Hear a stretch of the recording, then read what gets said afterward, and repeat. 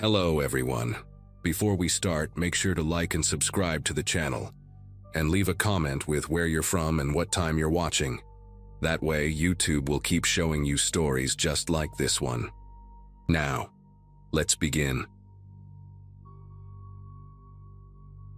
My sister had just given birth to twins when everything started falling apart. It was a Friday in early March 2024, and I remember being on the phone with her, laughing about how she had not slept in 4 days, when my doorbell rang. I was living alone in a 2-bedroom apartment in Albuquerque, New Mexico, working as a project manager for a construction company. At 34, my life had settled into a comfortable routine. Wake up at 6, hit the gym, work until 5, come home to my golden retriever Murphy, and spend most weekends helping my dad restore his old Chevy truck. Nothing exciting, nothing dangerous, nothing that would ever make me think I needed to look twice at strangers or check my locks more than once. The 2 men standing at my door wore dark suits and carried themselves with that stiff posture you see in movies about government agents. I told my sister I would call her back, and I never did finish that conversation the way I intended.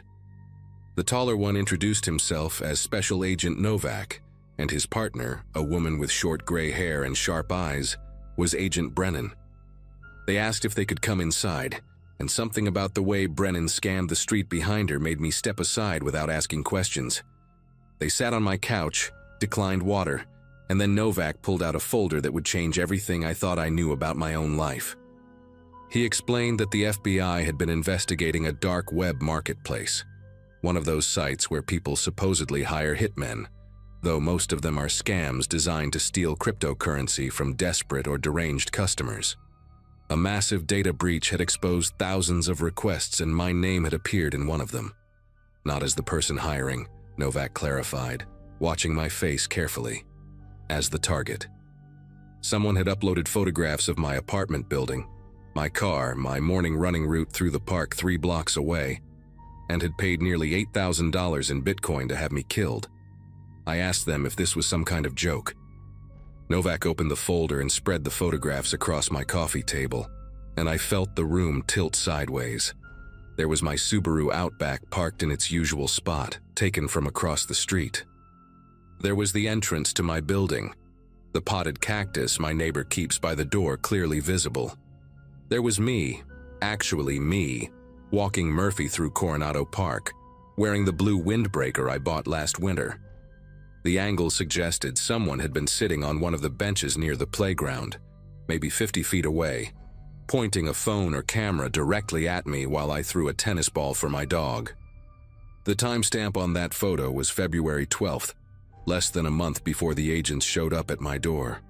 I kept staring at my own face in that image, trying to remember that specific morning, trying to recall if I had noticed anyone watching, but I could not remember anything unusual.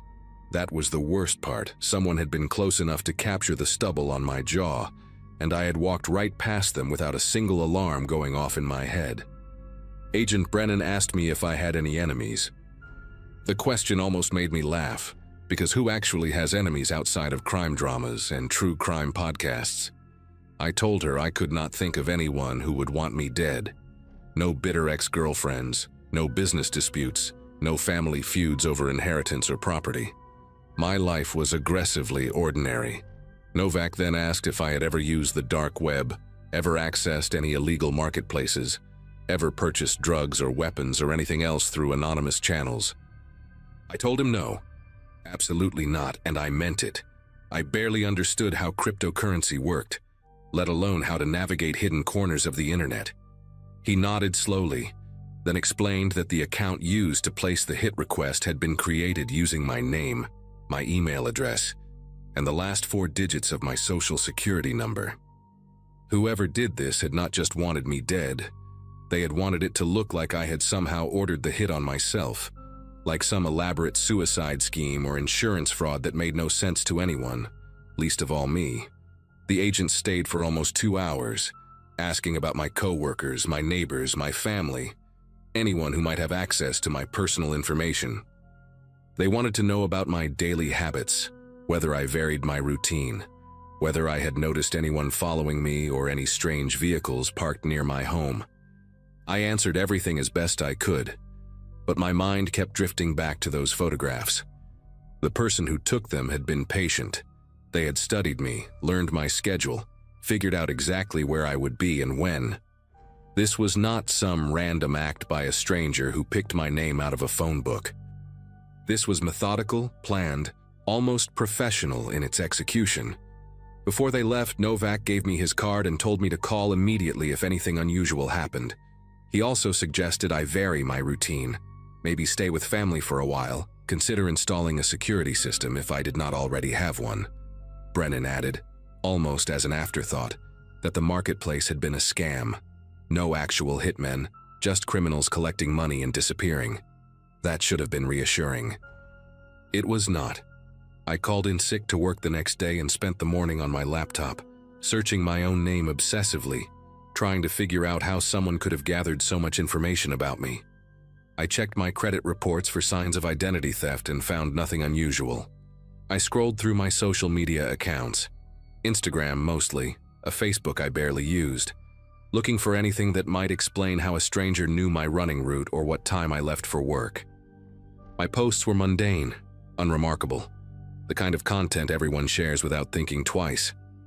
A picture of Murphy at the dog park, a sunset from my apartment balcony, a plate of tacos from my favorite restaurant downtown. Nothing that should have made me a target, nothing that revealed enough about my schedule for someone to track my movements with such precision.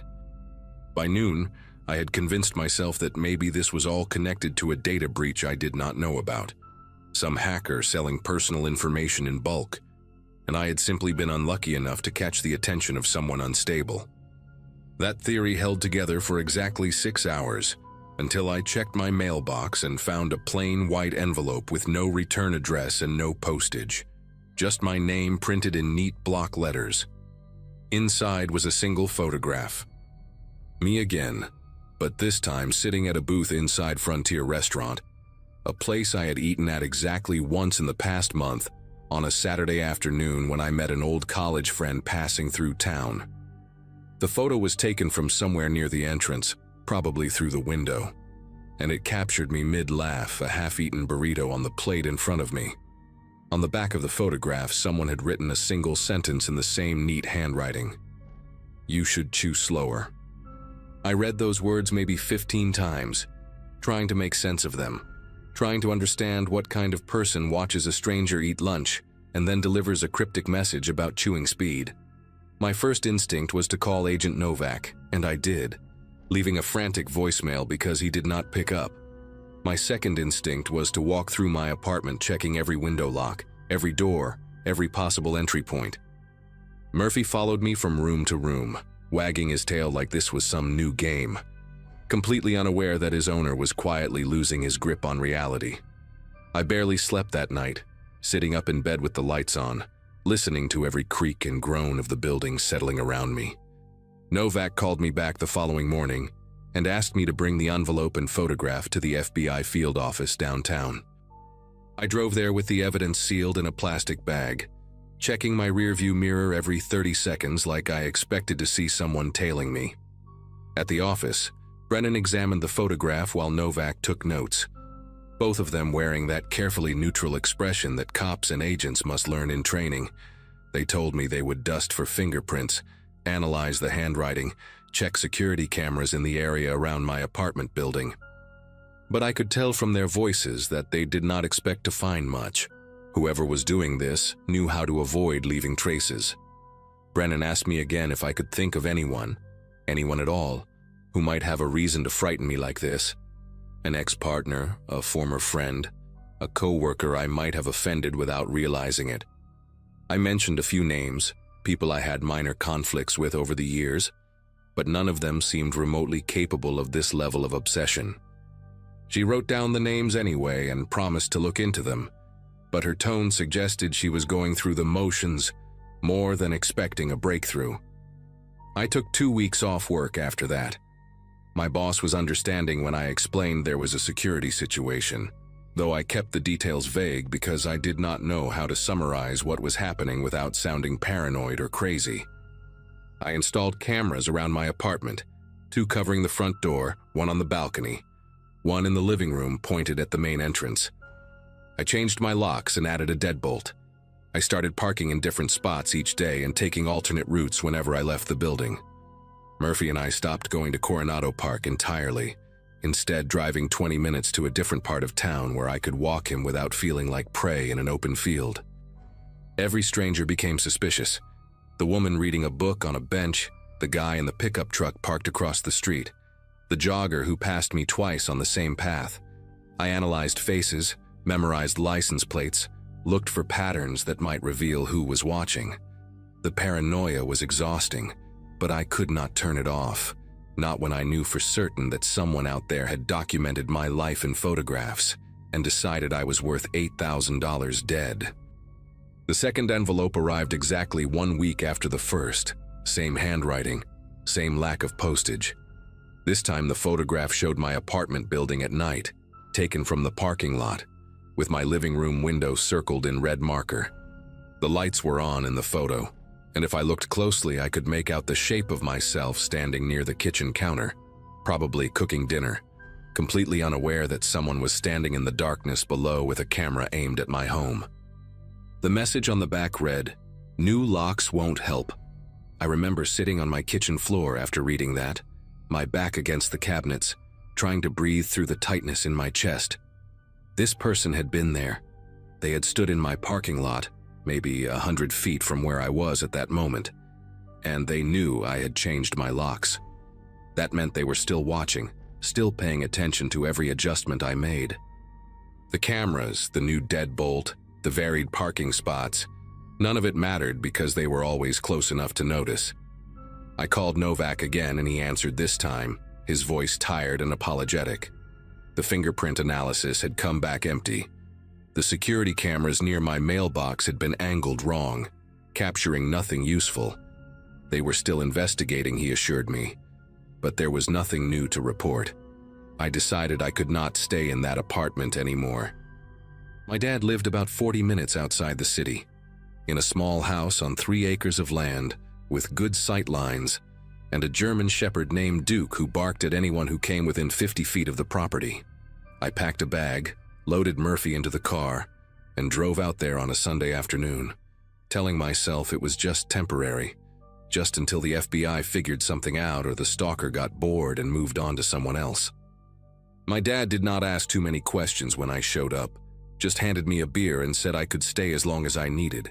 He was a retired electrician, practical and calm, the kind of man who fixed problems instead of worrying about them. That night, sitting on his back porch watching the sun go down over the desert, I felt something close to safe for the first time in weeks. The property was isolated, hard to approach without being noticed, and Duke patrolled the perimeter like he was bred for exactly this purpose. I let myself believe just for a moment that maybe I had outmaneuvered whoever was doing this. Maybe distance was the answer. Maybe they would lose interest now that I was no longer following my predictable routine in the city. That belief lasted until Wednesday morning. I had just finished breakfast and was helping my dad replace a fence post in the back pasture when I noticed something stuck to the windshield of my Subaru, parked in the driveway near the house. At first I thought it was a flyer, some advertisement that had blown in from the road, but as I got closer my legs almost gave out beneath me. It was another envelope, same white paper, same block letters spelling my name. Inside was a photograph of my father's house, taken from the road at the edge of the property, with the kitchen window visible and 2 figures standing inside, me and my dad, drinking coffee that very morning. The message on the back was longer this time. "Family is nice, shame to involve them." I stood there in the driveway, the desert wind pulling at my shirt, and I understood something with horrible clarity. This person was not going to stop. They had followed me 40 minutes outside the city to a location I had never mentioned to anyone except my sister and my boss. They had found me within days, and now they were threatening my father, a 67-year-old man who had nothing to do with any of this, whose only crime was letting his son hide in his home. I told my dad everything that afternoon. He listened without interrupting, his face growing harder with each detail, And when I finished, he walked to the hall closet and came back with a shotgun I had not seen since I was a teenager. He loaded it calmly and set it by the back door, then called his neighbor, a retired sheriff named Hector who lived about a mile down the road. Hector came over within the hour, listened to the whole story again, and suggested we set up a watch schedule. He had trail cameras on his own property for tracking coyotes and offered to install a few around my dad's land, motion-activated units that would send alerts to his phone whenever anything larger than a jackrabbit moved through the frame. By nightfall, we had 6 cameras positioned along the road and the perimeter fence, covering every angle of approach. Hector also made some calls to friends still working in law enforcement, people who might be able to push the investigation forward in ways the FBI field office had not managed. I felt like I was living inside a siege, my elderly father and his neighbor arming themselves against an invisible enemy who left photographs instead of bullets. The break came 4 days later, and it did not come from the FBI or from Hector's contacts. It came from my sister, Caroline, who called me in a panic because she had received an envelope too. Same handwriting, same block letters, delivered to her home in Denver where she was recovering from giving birth to her twins. The photograph inside showed me standing in my dad's driveway, holding the previous envelope, my face frozen in that moment of realization. But Caroline, being Caroline, did something I had not thought to do. She checked her doorbell camera footage and found a clear image of the person who had placed the envelope in her mailbox. It was a man, average height, wearing a gray hoodie and jeans, his face partially visible as he turned away from the camera. She sent the image to me, and I forwarded it immediately to Agent Novak, who ran it through their facial recognition database. The match came back within 24 hours. His name was Theodore Sills, 41 years old, a former IT contractor who had worked briefly for my construction company almost 3 years earlier. I had never spoken to him directly, had no memory of his face, had probably passed him in the hallway without a second glance. But according to the FBI's investigation, Sills had been fired for accessing employee files without authorization, and somewhere in his twisted mind, he had decided that I was responsible for his termination. They arrested Theodore Sills at his apartment in Las Cruces on a Saturday morning, 2 weeks after my sister captured his face on camera. Inside his home, they found what Novak later described as a shrine. Hundreds of photographs of me printed and pinned to a corkboard, handwritten notes detailing my schedule going back almost 18 months, maps of Albuquerque with my regular locations circled in red, and a journal filled with rambling entries about how I had ruined his career and deserved to suffer. He had never intended to actually kill me, the agents concluded. The dark web hit request was theater, a way to terrify me while maintaining plausible deniability, a game designed by someone who wanted to watch me unravel from a safe distance. Sills was charged with stalking, criminal harassment, identity theft, and making terroristic threats. He is currently awaiting trial, denied bail after a judge determined he posed an ongoing risk. I moved back to my apartment eventually, though I still flinch when I check my mailbox, and I probably always will. My dad kept the trail cameras, says they help him sleep better at night. Caroline installed a security system and taught her husband how to check the footage every evening before bed. We are all different now, more careful, more aware of how easily a stranger can insert themselves into your life without you ever noticing. I still do not understand why Sills chose me specifically, why my face in a hallway 3 years ago sparked something so dark and obsessive in his mind. Some questions do not have answers that make sense. Some people carry damage that the rest of us cannot see until it spills over and stains everyone around them. All I know for certain is that for 3 weeks in the spring of 2024, I learned what it feels like to be hunted by someone who knows everything about you, and I will never take my ordinary, boring, predictable life for granted again.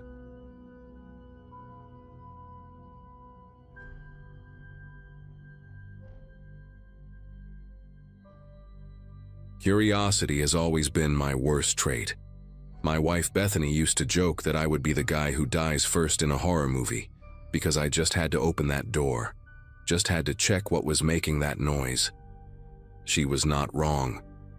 By the time I graduated college back in 2015, I had already gone through 3 laptops trying to learn about things most people never think about: how to access parts of the internet that do not show up on Google, what kind of markets exist in the shadows, who sells what to whom when there are no rules.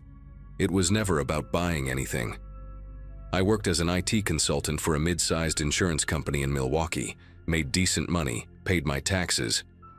But at night, after Bethany went to sleep, I would sit in our spare bedroom with a VPN running and Tor open, just exploring, just looking. That was what I told myself anyway. I was a tourist in someone else's nightmare, and tourists always think they can leave whenever they want. It was a Thursday in March of 2022 when I found it.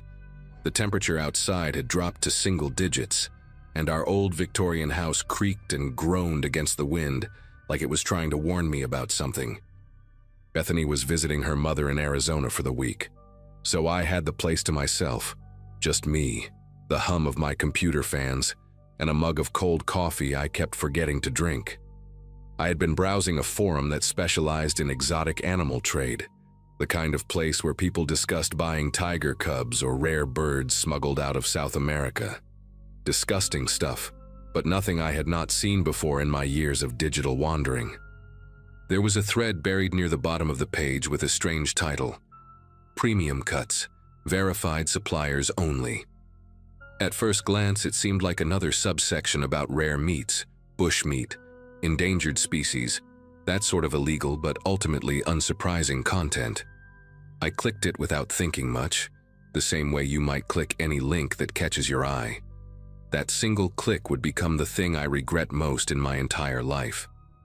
The forum looked different from the main page I'd been browsing. The layout was stripped down, almost primitive. Black background, gray text, no images visible at first. There were maybe 40 or 50 usernames listed as active members, each one a string of random letters and numbers that meant nothing on their own. The first few posts seemed to confirm my initial assumption. People discussing the logistics of shipping product across state lines, debates about the quality of different cuts, complaints about delivery times and packaging. Someone with the username X7R4N mentioned that their last shipment from the farm in Nevada had arrived in poor condition, and another user responded with advice about temperature control during transit. I scrolled through these conversations with the detached interest of someone watching a documentary about a world they would never enter. These people were criminals, sure, but they were just poachers and smugglers dealing in animal parts. Sad and illegal, but not exactly shocking. Then I noticed the way they talked about weights and measurements, and something in my chest began to tighten.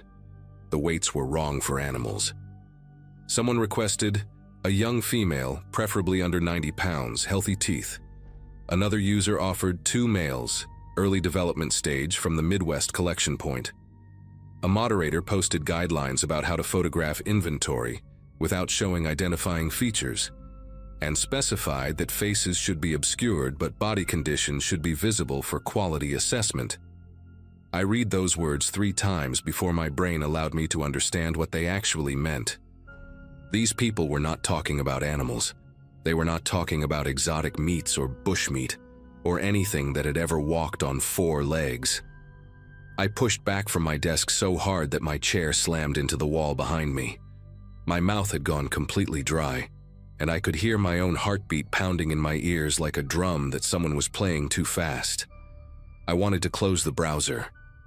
I wanted to shut down my computer and go downstairs and watch television and pretend I had never seen any of this. But I did not do any of those things. Instead, I kept reading. There was an archived section of the forum that contained posts dating back several years. The moderators had organized everything into categories with labels that made my stomach churn: available inventory, successful deliveries, supplier reviews, and one folder simply titled Retired Stock. I clicked on the archives with the kind of compulsion that I imagine drives people to look at car accidents on the highway. You know you should not. You know it will haunt you. But some part of your brain needs to see it anyway. The oldest posts used even more coded language than the recent ones, referring to livestock and breeding potential and shelf life. But as I read through months and months of conversations, I started to recognize patterns. Suppliers talked about acquisition costs in certain geographic areas. They mentioned that product from rural regions was easier to obtain than from cities because fewer people noticed when someone went missing. One user with the handle Farmhand61 complained that the young ones from the foster system were becoming harder to source because of increased oversight. I felt bile rising in my throat as I read that sentence, and I had to close my eyes for a full minute before I could continue. The thing that finally broke something inside me was a photograph. Most of the images on the forum were blocked or deleted, replaced with text that said, "Image removed for security." But in one archived thread from 2018, someone had posted a picture that the moderators had apparently missed. It showed a room with concrete walls and a drain in the floor, the kind of industrial setup you might see in a meat processing plant. There were no people in the photograph, nothing explicitly violent or graphic. Just that empty room with its harsh fluorescent lighting and a metal table in the center, positioned directly over the drain. The table had leather straps attached to its sides. Below the photograph, a user had commented, "New facility looking clean. Should increase processing capacity by 40% this quarter." I stared at that image until my vision blurred, trying to convince myself that it could be something else, anything else. A veterinary clinic, a butcher shop, some kind of legitimate industrial space that just happened to look like a scene from my worst nightmares. But I knew what I was looking at. I knew exactly what that room was designed for, and I knew that real human beings had been brought there against their will. I should have stopped there. I should have taken screenshots, contacted the FBI, and walked away from my computer forever. But something else had caught my attention in the archived threads, references to specific locations and dates that seemed too detailed to be random. A user called Transit9 had posted about a pickup near a truck stop outside of Tucson in November of 2017. Another mentioned a batch that had been processed in a rural area of eastern Missouri the following spring. These were not vague comments. They included highway numbers, approximate mileage from major cities, and sometimes even weather conditions on the day of the operations. My hands moved to my keyboard almost without my permission, and I opened a new browser window, a regular one this time, not running through Tor. I typed the date and location from the Tucson Post into a news search.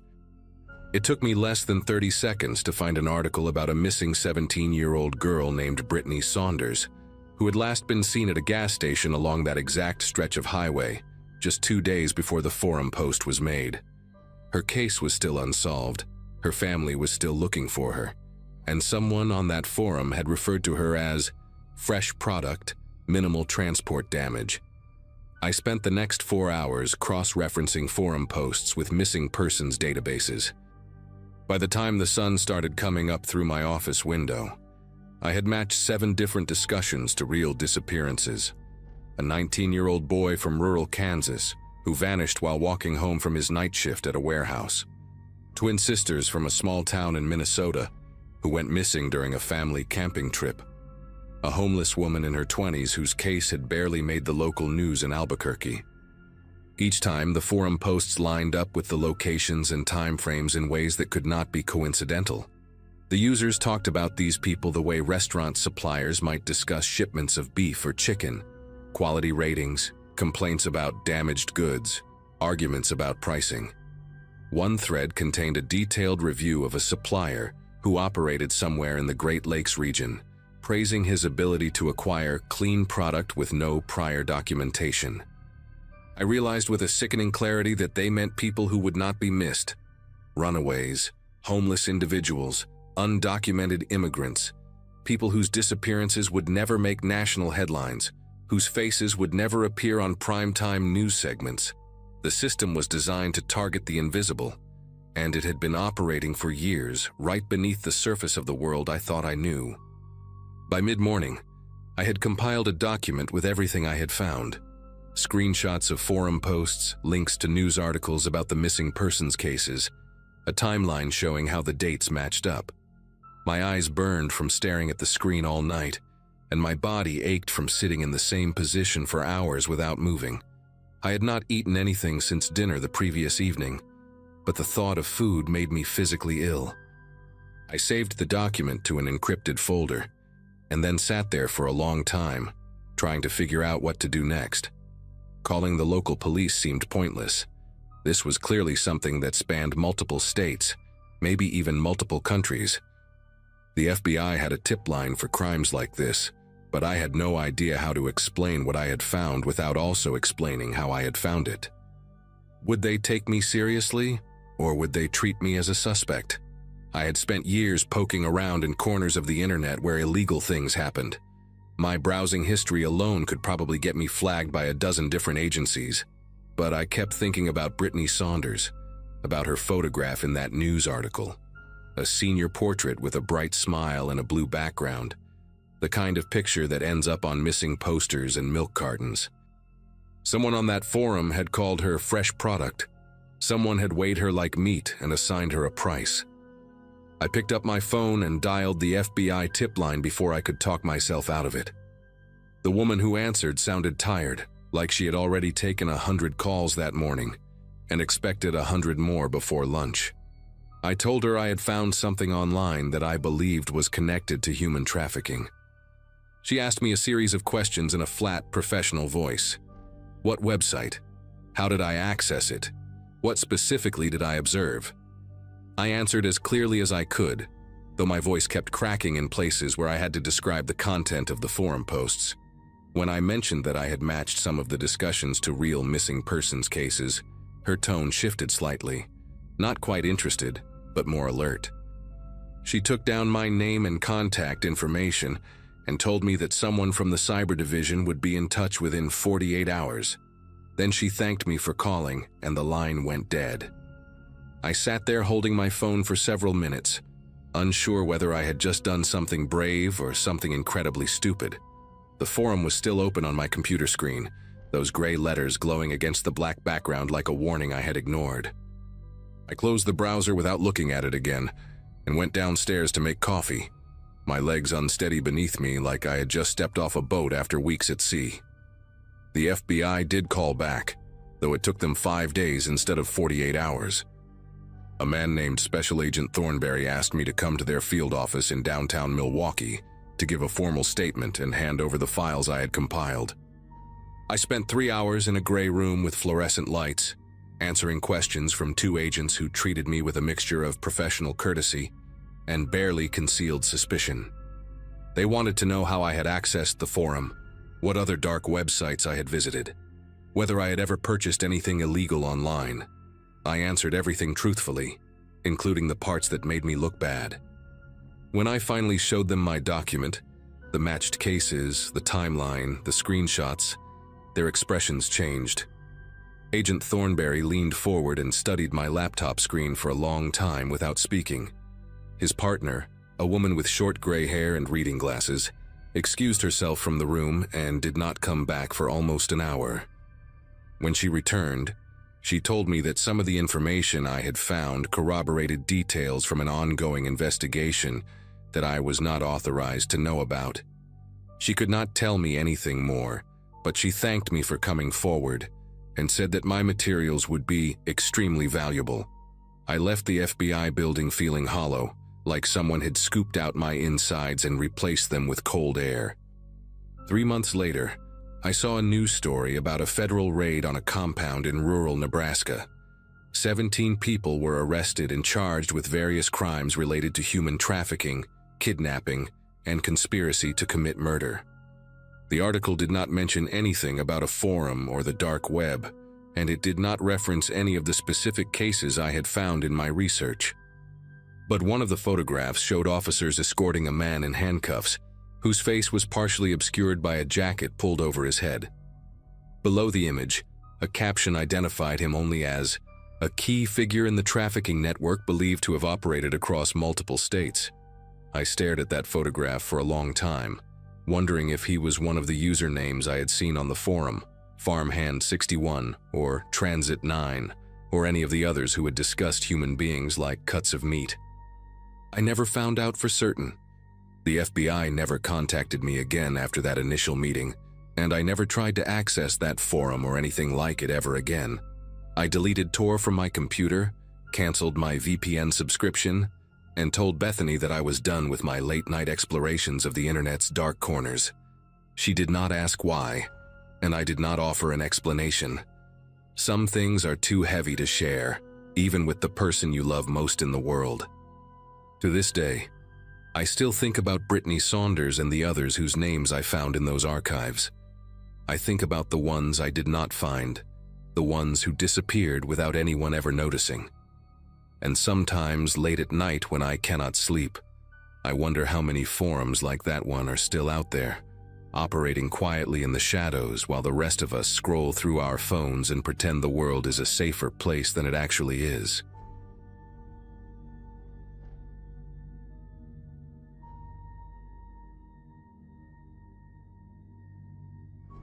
My buddy Owen and I had just finished our junior year in the cybersecurity program at a small college in Michigan when we came up with what we thought was a brilliant idea for our summer research project.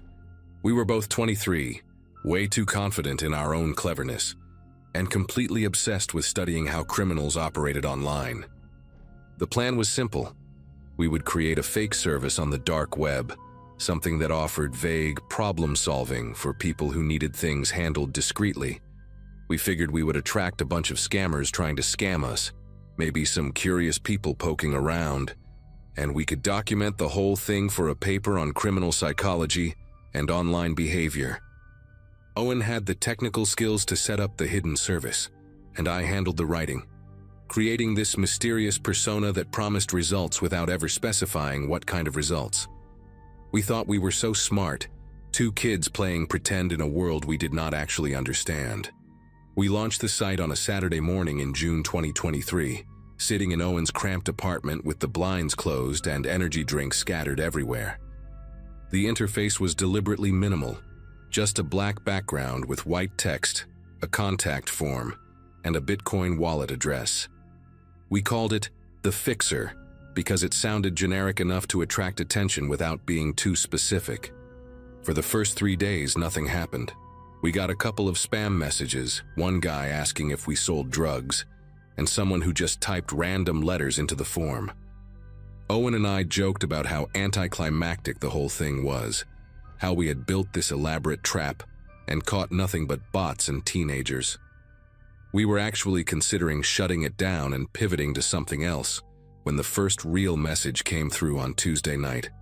I remember Owen calling me over to his laptop, his voice different than usual, and when I read what was on the screen, neither of us said anything for a long time.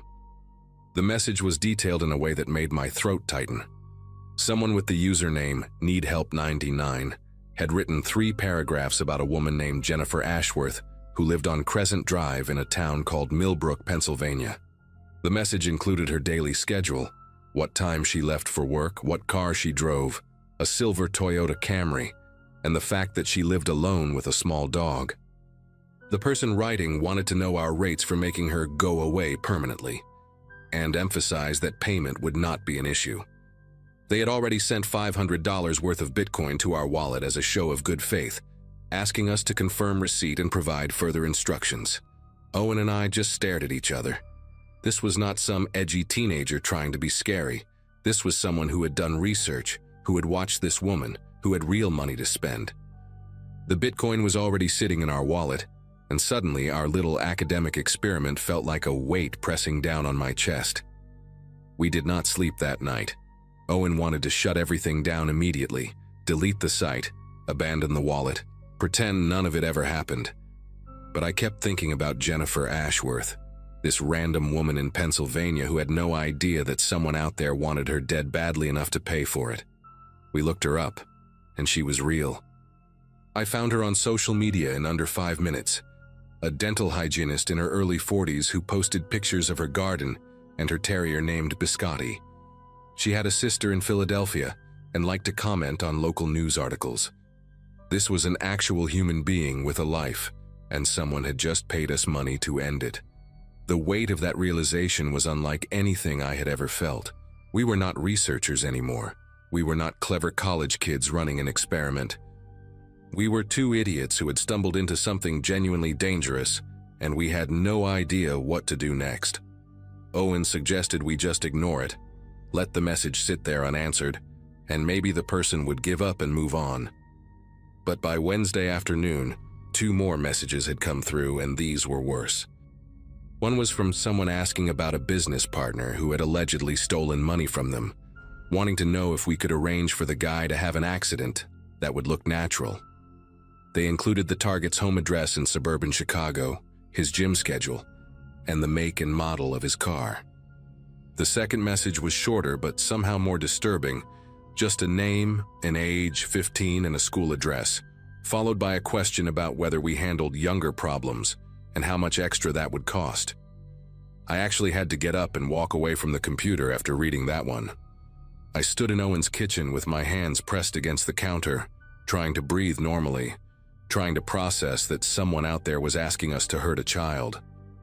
These were not hypothetical situations or dark fantasies people were typing out for shock value.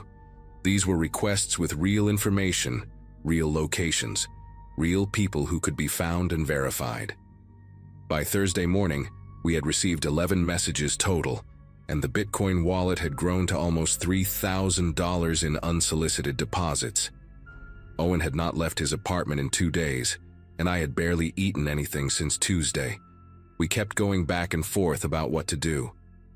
Going to the police felt impossible, because we would have to explain that we had created an illegal service on the dark web, even if it was fake, even if we never intended to actually do anything. We could face charges ourselves, expulsion from school, maybe even federal prosecution for soliciting crimes across state lines.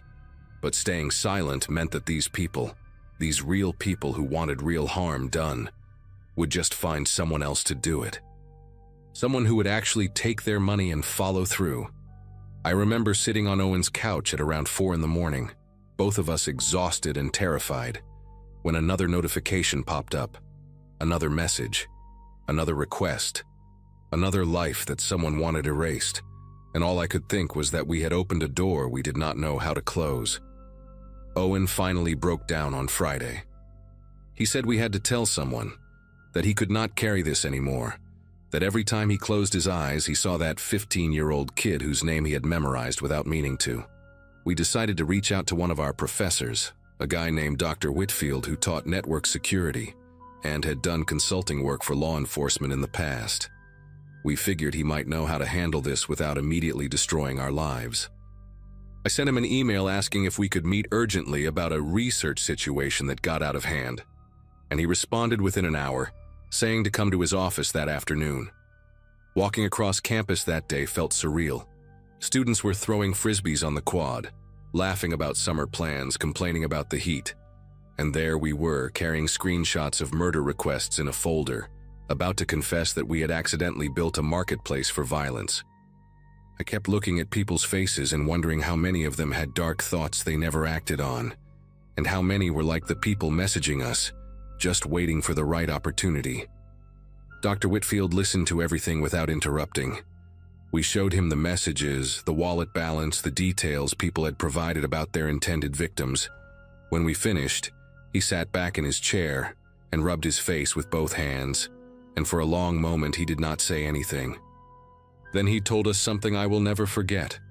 He said that what we had stumbled into was not unusual, that the dark web was full of services exactly like the one we had created, and that law enforcement knew most of them were scams or honeypots. But the people sending those messages did not know that. To them, our fake service was real, and their intentions were real, and the money they sent was real. He said we had 2 options: shut everything down and hope nothing came of it, or work with him to hand the information over to the FBI through proper channels that might protect our identities. He could not promise anything, but he knew people who handled these cases.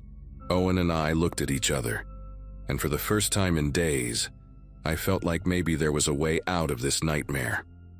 We agreed to let Whitfield make the calls. He told us to keep the site running for now, to not respond to any messages, and to document everything that came in. The FBI would want as much data as possible, and shutting down prematurely could spook the people who had already made contact. That weekend was the longest of my life. I went back to my own apartment, but I could not stop checking my phone, waiting for updates from Owen about new messages. They kept coming. A woman in Texas wanting her ex-husband dealt with before their custody hearing. A guy in Minnesota asking about pricing for surveillance and intimidation of a co-worker. Someone offering $10,000 for a clean job on a landlord who was trying to evict them. Each message was a window into a life I never wanted to see, a person who had decided that violence was a reasonable solution to their problems. I started having trouble distinguishing between sleep and waking because the same thoughts cycled through my head constantly. How many of these people would actually go through with something if they found a real service? How many already had? On Monday, Whitfield called us back to his office and introduced us to two federal agents who had driven up from Detroit. They were calm and professional, not at all what I expected, and they treated us more like witnesses than criminals. They explained that our situation was not unique, that they had seen college students and amateur hackers stumble into similar traps before. What mattered now was cooperation. They took copies of everything, the messages, the wallet addresses, the server logs that Owen had meticulously kept. One of the agents, a woman with short gray hair whose name I never caught, told us that at least 3 of the requests we received matched ongoing investigations. Real cases with real suspects who had been looking for exactly the kind of service we pretended to offer. She said our data could help build cases against people who might otherwise never face consequences. I should have felt relieved, but instead, I just felt hollow. These were not abstract criminals. These were regular people with jobs and families who had typed out requests to have other human beings killed, and they were everywhere. The agents told us to take down the site that same day, and Owen did it right there in Whitfield's office. I watched him type the commands, watched the server go dark, and felt nothing close to closure. We were told not to discuss the case with anyone, that we might be called as witnesses if any prosecutions moved forward, and that our identities would be protected as much as possible. They thanked us for coming forward and said we had done the right thing, but those words felt empty. We had not done the right thing. We had done a stupid, reckless thing that happened to produce useful information by accident. The agents left. Whitfield told us to take care of ourselves, and Owen and I walked out of that building into the summer heat without saying a word to each other. I remember the sunlight feeling offensive somehow, too bright and too normal for what we had just been through. We parted ways at the edge of campus, and I did not see Owen again for almost 2 weeks. Neither of us knew how to talk about it. That was over a year ago now. I finished my degree, got a job at a small IT firm, and moved to a different state. Owen and I text sometimes, but we never bring up that summer. The FBI contacted me once, about 6 months after everything happened, to let me know that 2 arrests had been made in connection with information we provided. They did not give me details, just said that our cooperation had helped. I should feel good about that, I guess, but mostly I just feel different. I look at people differently now. The guy behind me in line at the grocery store, the woman walking her dog past my apartment, the co-worker who complains about his divorce every day at lunch. I wonder which of them has thought about crossing a line they can never come back from. I wonder how many people out there right now are typing messages into dark corners of the internet, looking for someone to solve their problems permanently. We ran that site for less than a week, and we received over 30 requests. 30 people willing to pay money to have someone hurt or killed, and that was just our tiny fake operation in one small corner of the web. I do not sleep well anymore. I probably never will again.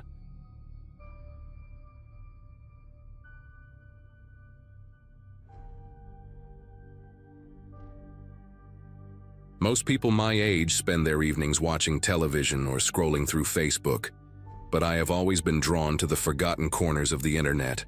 I work as a digital archivist for the county library system in Albuquerque. A job that sounds boring until you realize it gives you access to tools and knowledge that most civilians never encounter. My daughter left for college in Arizona back in 2018, the same year my husband started traveling 3 weeks out of every month for his consulting firm, and suddenly, I had more empty hours than I knew what to do with. That was when I taught myself to navigate the deep web. It began as professional curiosity. I was trying to recover old community forums that had disappeared when their servers went offline, preserving digital history that would otherwise be lost forever. I learned how to use Tor, how to read onion addresses, how to trace the ghosts of websites through mirror sites and archive services. My co-workers joked that I was becoming obsessed. They had no idea how right they were. On a Wednesday night in early March, I found something that I cannot stop thinking about even now, months later. I had been following a trail of dead links for hours, starting with an old photography forum from 2004 and bouncing between archive mirrors until I barely remembered where I had begun. That was when the page loaded, a personal blog that looked like it belonged to another era entirely.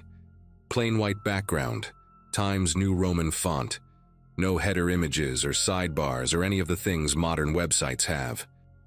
The URL was a meaningless string of letters and numbers, the kind that gets auto-generated when someone does not bother choosing a real address.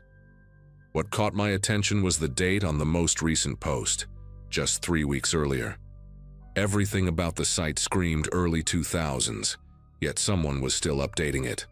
The post was titled, "Lessons from February," and I assumed it would be the usual self-help nonsense or amateur creative writing. I scrolled down and started reading, and within 30 seconds I felt my entire body go rigid in my chair. The writing style was fragmented, almost stream of consciousness, like someone jotting down thoughts without any intention of making them coherent. The first entry talked about mistakes and lessons learned, phrases that seemed innocent enough on their own. But the context was all wrong. The author wrote about someone who did not cooperate and how frustrating that had been, how it had forced a change in plans. There were references to timing, to patience, to the importance of observation. Between the blocks of text, there were photographs, not of people but of objects. A single house key on a wooden table labeled with a date and the words, "Riverside Drive, unsuccessful." A pair of running shoes, white with pink laces, photographed on what looked like a garage floor, labeled November 14th, Cedar Hills Park. A silver bracelet with a small charm in the shape of a butterfly, resting on a dark surface I could not identify, labeled only with a date from January. I kept scrolling, my mouth dry, telling myself there had to be an innocent explanation. Maybe this was some kind of art project, a fictional horror blog meant to unsettle visitors. People create things like that all the time, but the deeper I went, the harder it became to convince myself this was fiction. The entries spanned almost 2 years, and they followed a pattern that made my skin prickle. The author would write about watching someone, learning their schedule, noting when they left for work and when they came home. Then there would be a gap of a few weeks, followed by a post about what went wrong or what went right. The language was clinical, detached, like someone reviewing their own performance.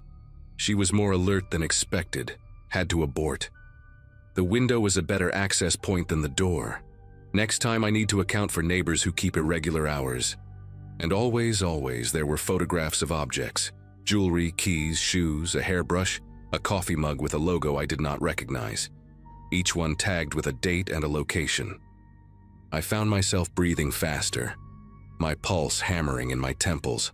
I grabbed a notebook from my desk and started writing down every location mentioned, every date, every detail I could extract from those cryptic entries. I needed to prove to myself that this was fake, that none of it matched anything real. It took me less than an hour to find the first match. One of the entries from October mentioned a location called Ridgecrest Avenue, a name I did not recognize, but that sounded local enough to search. I typed it into a regular browser along with the word "missing" and the year, and the results made me push back from my desk so hard my chair nearly tipped over. A woman named Felicity Dunn had disappeared from Ridgecrest Avenue in October of the previous year. She was 26 years old, a veterinary technician, last seen leaving her apartment complex around 7 in the morning. Her car was found parked at a trailhead 15 miles outside of town, but she was never located. The case was still open. I pulled up every news article I could find about her, scanning for details, and then I went back to the blog and read that October entry again. The author mentioned watching someone who walked a small dog every evening, someone who kept her blinds open, someone who drove a dark blue sedan. Felicity Dunn owned a Chihuahua mix named Peanut. She lived in a ground floor unit. Her missing person flyer showed her standing next to a navy blue Mazda. I sat in my chair, unable to move, reading those two sources side by side until the words blurred together. I wanted to believe it was coincidence. Ridgecrest Avenue is not an uncommon street name, and plenty of young women have small dogs and dark sedans. But something in my gut knew better. I went back to the blog and found the photograph attached to that October entry. A single silver stud earring shaped like a tiny star, resting on what looked like concrete. I searched for more images of Felicity Dunn and found an Instagram account her family had kept public as part of the search efforts. In photo after photo, she wore the same small silver stars in her ears. They had been a gift from her grandmother, according to one of the caption. I closed my laptop and sat in the dark for a long time, listening to the hum of the refrigerator down the hall, trying to process what I had just found. Either I had stumbled onto the personal journal of someone who was fantasizing about crimes he had read about in the news, or I had found something much worse. A record. A trophy case. The private documentation of someone who was actively hunting people in my city and getting away with it. I did not sleep that night. I made coffee at 2 in the morning and sat at my kitchen table with my notebook, going through every entry on the blog and cross-referencing each location and date with local news archives. By sunrise, I had found 3 more potential matches. A woman named Iris Calloway, who vanished from a neighborhood called Sunset Terrace in August. The blog mentioned that same area and described someone who moved too quickly and noticed things she should not have noticed. A college student named Brooke Ellison who disappeared from near the university campus in December. Her backpack found abandoned in an alley behind a coffee shop. The blog had an entry from that same week about a near miss and the difficulty of working in areas with too many witnesses. And most disturbingly, a Jane Doe case from the previous spring.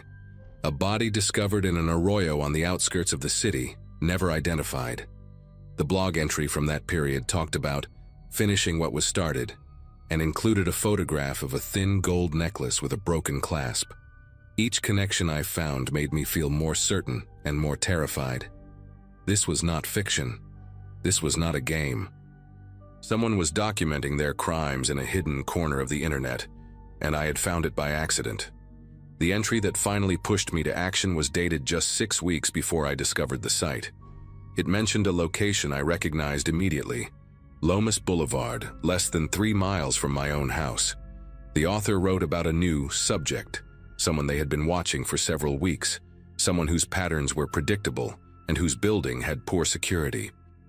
There was a photograph of a keychain, a small leather strap with a brass initial charm, the letter K, and a note about how easy it had been to make a copy while the subject was distracted at a laundromat. I searched for recent missing persons reports from that area and found nothing, which should have been a relief but instead filled me with dread. The blog entry was recent. The author was still watching.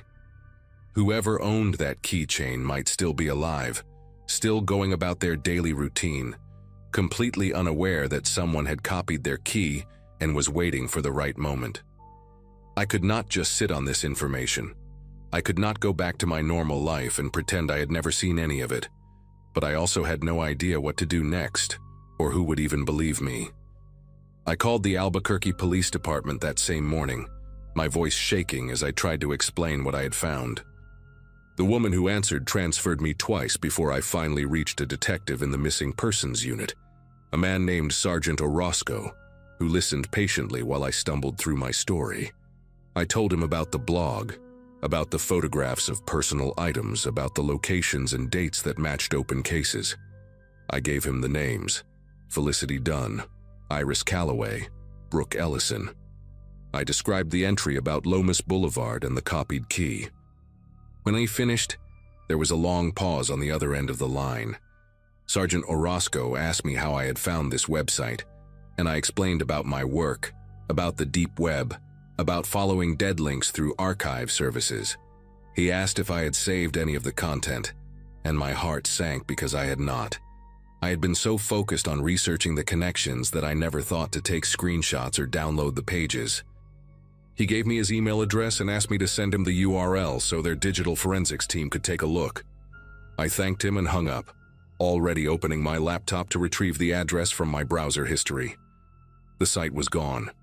I clicked through my history, found the exact link I had followed the night before, and watched it load into nothing but a blank page with an error message. Connection refused. I tried again, cleared my cache, restarted Tor, used a different browser. Nothing worked. The blog had vanished completely, as if it had never existed at all. I sat there staring at the error message, feeling a cold weight settle in my stomach. Whoever ran that site had either taken it down on their own or had some way of knowing when they were being watched. I emailed Sergeant Orozco anyway, sending him the URL and explaining that the page was no longer accessible. I attached my handwritten notes, everything I had documented during my sleepless night, every name and date and location I had connected. His response came 3 hours later. A polite thank you for my concern, a note that the digital forensics team had been unable to locate any content at the address I provided, and a suggestion that I might have encountered a hoax or an elaborate piece of horror fiction designed to seem realistic. He said they would keep my notes on file, but there was nothing actionable without evidence. I read that email 4 times, each time feeling more sick than before. For the next 2 weeks, I became obsessed with finding the site again. I spent every free moment retracing my steps through the deep web, following every dead link I could remember, searching for any fragment of the blog that might have been cached or mirrored somewhere. I found nothing. It was like chasing smoke. Meanwhile, I kept checking the local news, dreading the moment when a new missing person report would appear, when another woman would vanish from Lomas Boulevard or somewhere nearby. I thought about the keychain with the letter K, about the person who owned it, about the copied key sitting in some predator's pocket. I thought about knocking on doors in that neighborhood, warning strangers about a threat I could not prove, but I knew how that would look.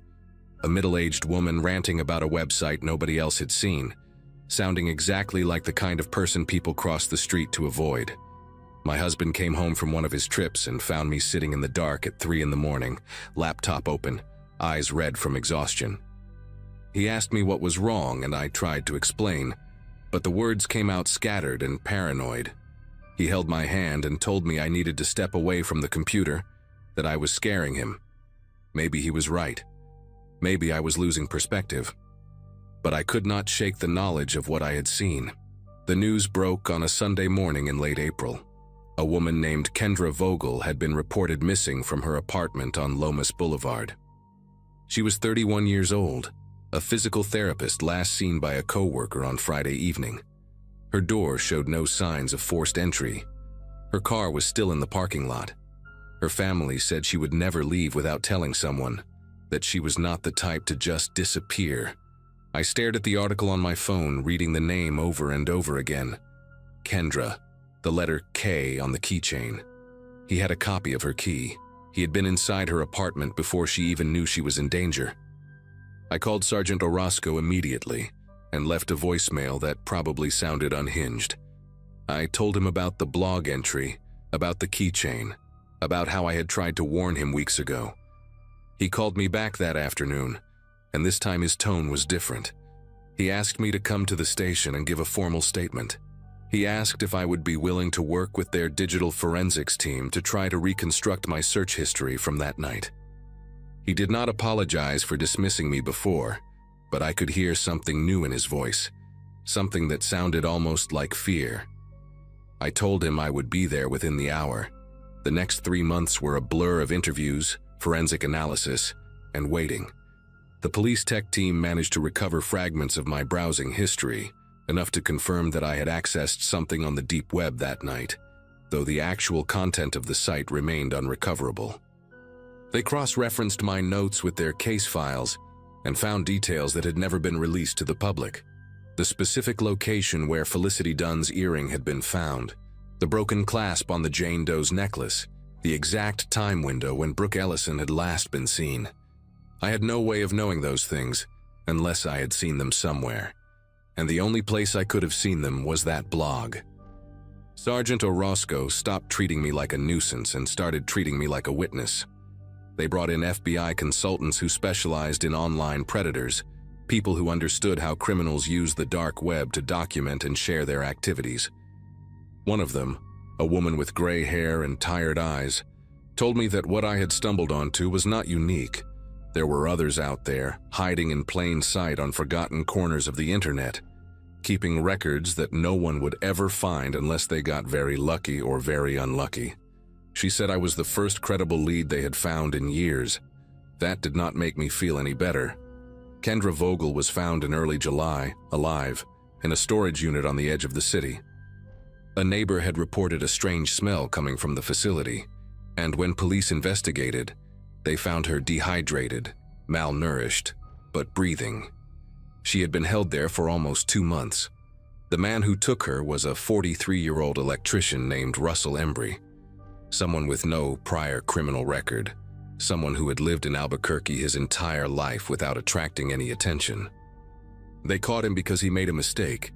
He used a credit card registered to his real name to pay for the storage unit, a lapse in judgment after years of careful planning. When they searched his house, they found a laptop with an encrypted partition containing hundreds of photographs, journal entries, and detailed notes about women he had watched, approached, and in some cases taken. The blog I had found was just one of several he maintained, rotating between addresses, deleting and recreating them whenever he sensed scrutiny. He had been doing this for over a decade. Felicity Dunn, Iris Calloway, Brooke Ellison. They found evidence connected to all of them. Some of them they found remains. I try not to think about that part too much. Russell Embry is currently awaiting trial on multiple counts of kidnapping, assault, and murder. The prosecutors say it will take years to work through all the evidence, to identify every victim, to build cases strong enough to ensure he never sees the outside of a prison again. Kendra Vogel survived, but from what I have heard, she moved out of state and does not speak to anyone about what happened to her during those 2 months. I understand that. Some experiences change you in ways that words cannot capture. I still work at the library, still spend my evenings cataloging old documents and preserving digital history, but I do not explore the deep web anymore. I cannot bring myself to open Tor or follow dead links or wonder what might be hiding just beyond the reach of normal search engines. Sometimes at night, when my husband is asleep and the house is quiet, I think about that blog and the plain white background and the photographs of objects that belong to women who would never come home. I think about how close I came to dismissing it as fiction, how easily I could have clicked away and never thought about it again. I think about the entry for Lomas Boulevard, about the keychain with the letter K, about the weeks I spent trying to warn someone while a woman sat in a storage unit waiting to die. The FBI agent told me I helped save a life, and maybe that is true. But I also know that I found that site by accident, that Russell Embry had been operating for over 10 years before anyone stumbled onto his records, and that there are others out there just like him, patient, careful, invisible, keeping their own journals in the forgotten corners of the internet, waiting for someone to make a mistake. I check my locks 3 times every night now. I installed cameras on every door, and I never, ever leave my blinds open after dark.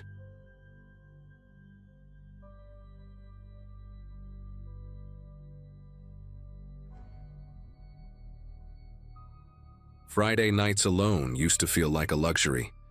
Ben, my husband, was away at a work conference until Sunday, and I had the whole house to myself at the end of Oakdale Drive, a quiet cul-de-sac in a small Michigan town where the most exciting thing that happens is someone getting a new mailbox.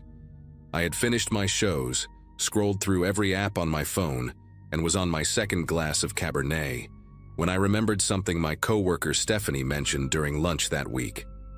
Her brother had apparently been exploring the deep web and found some disturbing forums there. She made it sound like this forbidden corner of the internet that regular people never see. I got my laptop, started searching for tutorials, and after about an hour I managed to download a Tor browser and figure out how it worked.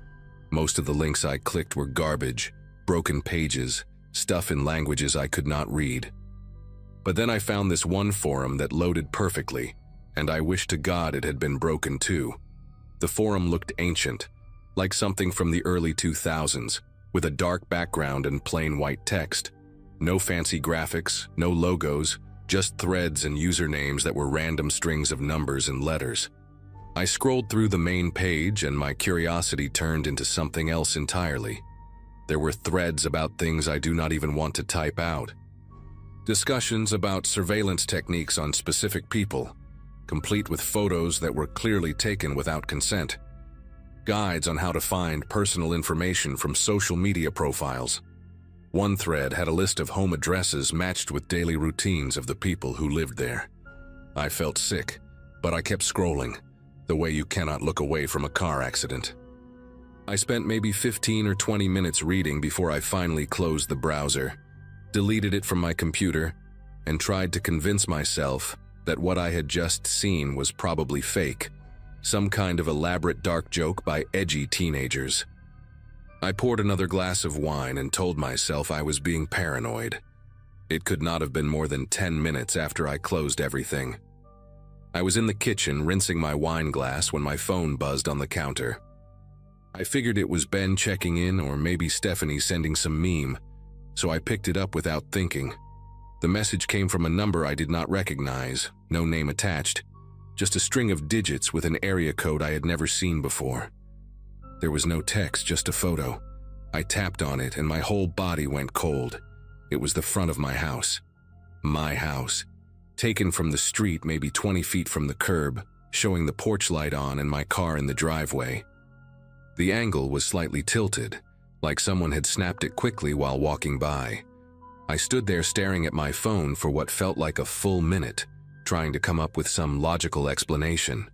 Maybe it was a wrong number, some weird coincidence, a realtor sending photos to the wrong contact. But then the second message came through. 3 lights on inside. Kitchen, living room, upstairs bathroom. That was all it said. I read it twice because my brain refused to process what I was seeing. I looked up from my phone and realized the message was accurate. The kitchen light above my head was on. The living room lamp behind me was on. And I had left the bathroom light on upstairs when I came down earlier. Whoever sent this was not guessing. They were watching my house right now, at this exact moment, counting which windows were lit up from the outside. I felt my legs go weak and I grabbed the edge of the counter to steady myself. I wanted to run to the windows and look outside, but something told me that was exactly what they wanted me to do. I wanted to see who was out there, but I also did not want them to see me seeing them. I just stood there in my kitchen, frozen between the urge to look and the fear of what I might find. I grabbed my phone and tried to call Ben. My fingers were trembling so badly that I mistyped his number twice before finally getting it right. It rang once, twice, 3 times, and then went to voicemail. I hung up and tried again. Same thing. I sent him a text that probably made no sense, something like, "Call me now, someone outside the house, please call me." Then I tried 911. I dialed the numbers and pressed call, and the screen showed it was connecting, but nothing happened. No ring, no operator, nothing. I pulled the phone away from my face and saw that I had full signal, 4 bars. Everything looked normal. I tried again, and this time it rang once before cutting out completely. I do not know if it was the phone, the network, or something else entirely, but in that moment I felt more alone than I have ever felt in my life. I was standing in my own kitchen, in my own house, and I could not reach a single person who could help me.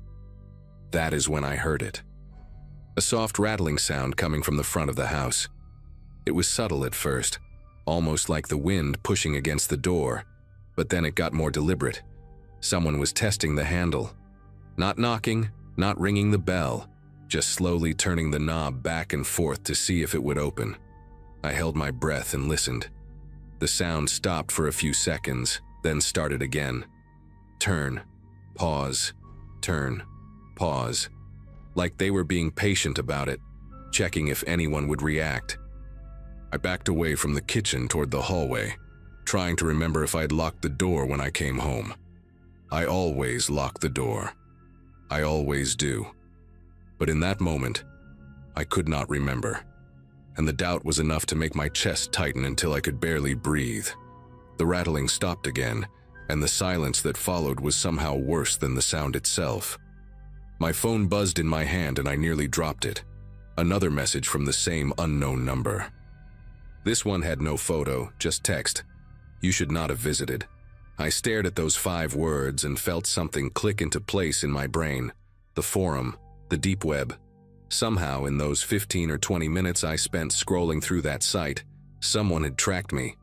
I thought I was anonymous, thought the Tor browser was supposed to hide everything, but clearly I was wrong. Maybe I clicked something I should not have. Maybe my computer gave away information I did not know it could give. I do not understand how any of it works. And standing there in my hallway with someone outside my door, I realized how stupid I had been. I was a 31-year-old woman who worked in insurance and barely knew how to update her own phone, and I thought I could just waltz into the darkest corner of the internet without consequences. I made a decision.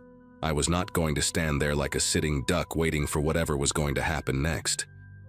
I moved as quietly as I could toward the back of the house, staying low, keeping away from the windows. Our house has a back door that leads out to a small patio, and then the yard, which connects to a strip of woods that separates our neighborhood from the next one over. If I could get outside without being seen, I could run to the Nelson's house 2 doors down. They were an older couple, retired, and I knew they were home because I had seen their living room light on earlier. I reached the back door and put my hand on the lock. It was a sliding glass door, the kind that makes noise no matter how careful you are. I took a breath and started to slide it open, just an inch at first, then a little more. The cold night air hit my face and I was about to step out when my phone buzzed again. The message was a photo, my back patio, taken from somewhere in the yard, maybe near the tree line, showing the sliding glass door I was standing behind. I could see my own silhouette in the image, backlit by the hallway light, my hand on the door frame. The photo had been taken seconds ago. I slammed the door shut and locked it, then stumbled backward and fell against the kitchen island. They were not just at the front of the house, they were everywhere. Watching the front, watching the back, taking photos and sending them to me like some kind of sick game. I crawled across the kitchen floor until I was in the corner between the refrigerator and the wall, the only spot in the house where no window could see me. I pulled my knees up to my chest and sat there shaking, my phone clutched in both hands. I tried 911 again. This time it connected. A woman's voice answered, calm and professional, asking what my emergency was. I started talking so fast I could barely get the words out. I told her someone was outside my house, that they were sending me photos, that they had been trying the door. She asked for my address and I gave it to her, my voice cracking on every syllable. She told me to stay on the line, that she was dispatching a unit to my location, that officers would be there in approximately 8 minutes. 8 minutes. Sounds like nothing when you say it out loud, but when you are sitting on your kitchen floor with strangers circling your house, 8 minutes feels like 8 hours. I stayed in that corner, pressed against the cold tile, listening to every creak and groan the house made. The dispatcher kept talking to me, asking if I could hear anything, if anyone was trying to get in. I told her about the front door, about the rattling. She told me to stay away from the doors and windows, to keep the lights on so the officers could identify the house. I remember thinking that the lights were exactly what had given me away in the first place, but I did not argue. I just sat there and waited, counting the seconds in my head. The police arrived in 7 minutes, not 8. I heard the sirens first, distant and getting closer, and then the flash of red and blue lights through the kitchen window. 2 patrol cars pulled up in front of the house and 4 officers got out. I stayed on the line with the dispatcher until one of them knocked on the front door and announced himself. I got up on shaky legs and walked to the door, checked through the peephole to make sure it was really a uniform, and opened it. The officer was a tall guy, maybe in his 40s, with a calm face that made me feel like everything was going to be okay. I told him what happened, showed him the messages on my phone, pointed toward the backyard where the last photo had been taken. 2 of the officers went around the side of the house with flashlights, while the other 2 stayed with me. I watched their lights sweep across the yard through the trees along the fence line. After about 10 minutes, they came back. They had not found anyone. No footprints in the soft ground near the tree line. No signs that anyone had been standing there.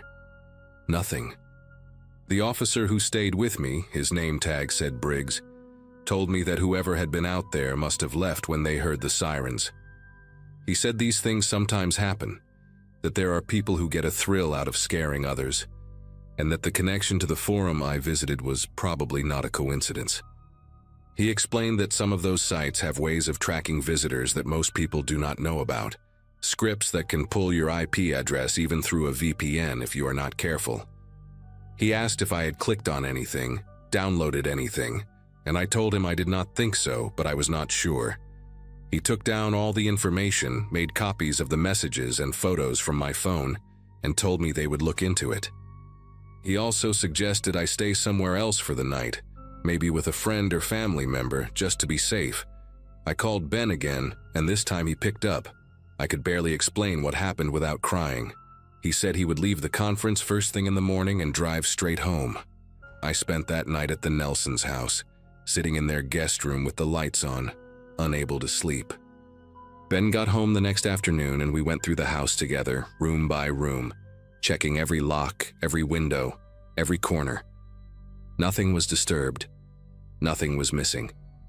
It was like that night had never happened, except for the photos still saved on my phone and the police report with my name on it. The detective assigned to the case called me twice over the following weeks, but he never had any real updates. The phone number that sent the messages was traced to a burner, purchased with cash somewhere in Chicago, already deactivated by the time they looked into it. The photos had no metadata, no GPS coordinates, nothing that could tell them where they came from or who took them. The forum I visited was gone too. I tried to find it again a few days later, just to show Ben what I had seen, but every link led nowhere. It was like it had been erased from the internet completely.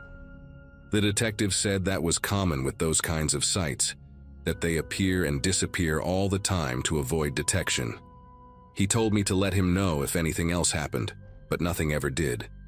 That was almost 2 years ago. I still live in the same house, still drive down the same street, still wave at the Nelsons when I see them outside. Ben and I got a security system installed, cameras on every corner of the property, motion sensors, the whole setup. I check the footage sometimes, late at night when I cannot sleep, scrolling through hours of empty driveway and still trees. I have never seen anything unusual. No figures standing at the edge of the yard. No shadows moving where they should not be. Whoever was out there that night, whatever they wanted, they got it and moved on. Or maybe they are still watching from somewhere I cannot see, waiting for something I do not understand. I do not know which possibility scares me more. What I do know is that I will never visit a site like that again, and I will never forget how it felt to see my own silhouette in a photo I did not take. Some doors, once you open them, you cannot close. You just have to hope that whatever came through decides to leave on its own.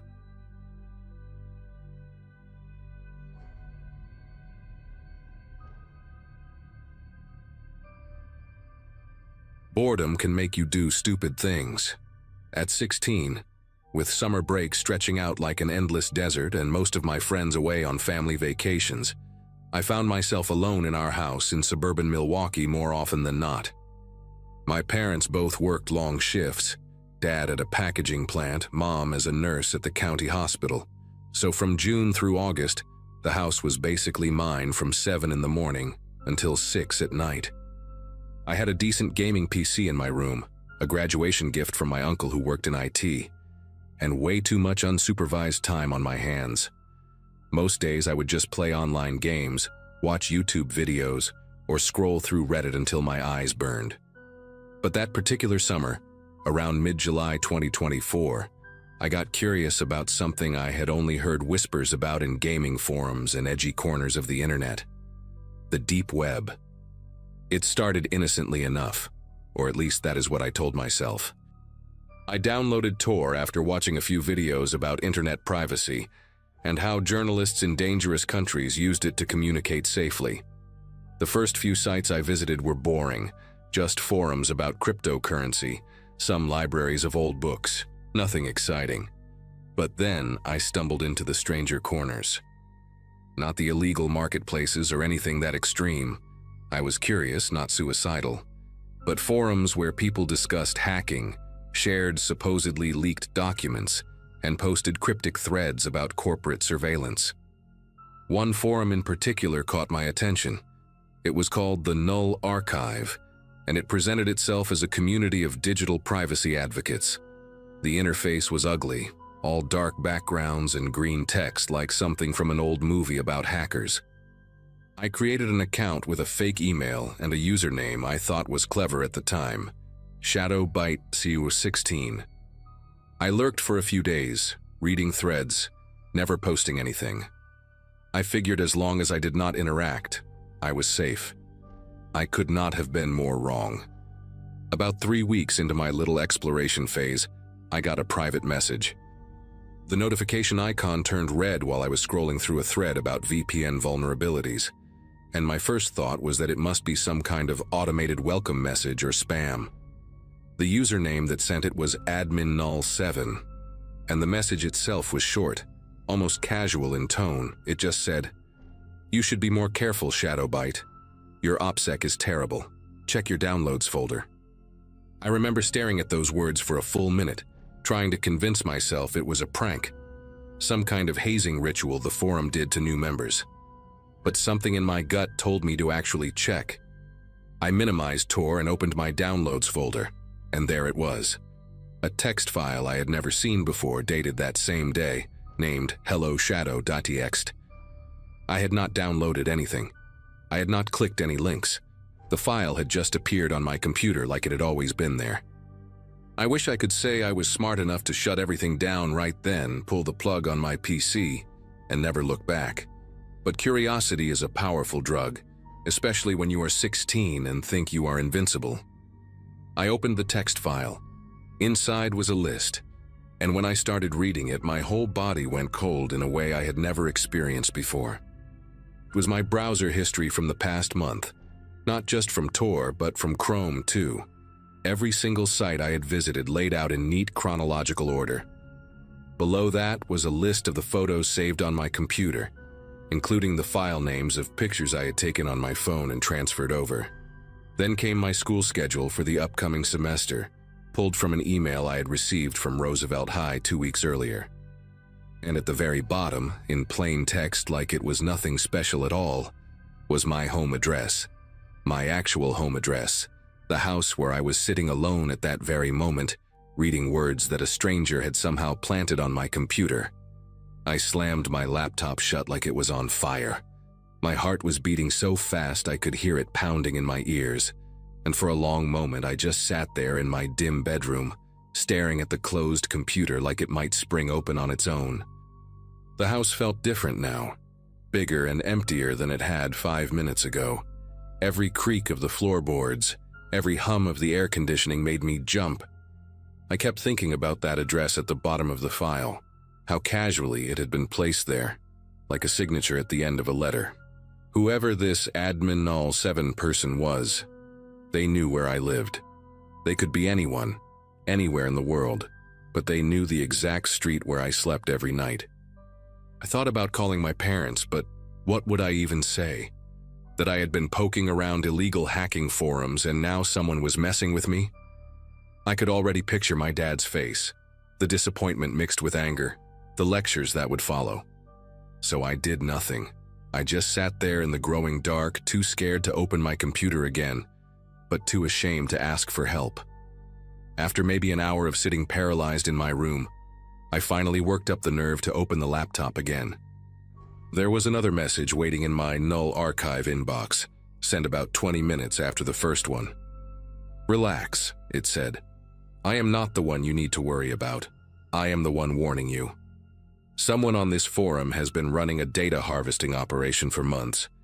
They target new accounts, especially ones with weak security like yours. Your device was compromised the moment you created your account. Keylogger, remote access, the whole package. I am an admin here, and I have seen what happens to people who ignore this. Delete your account, wipe your hard drive, and pray they have not already sold your information. This is not a joke." There was a second file attached to this message, and against every instinct screaming at me to stop, I downloaded it.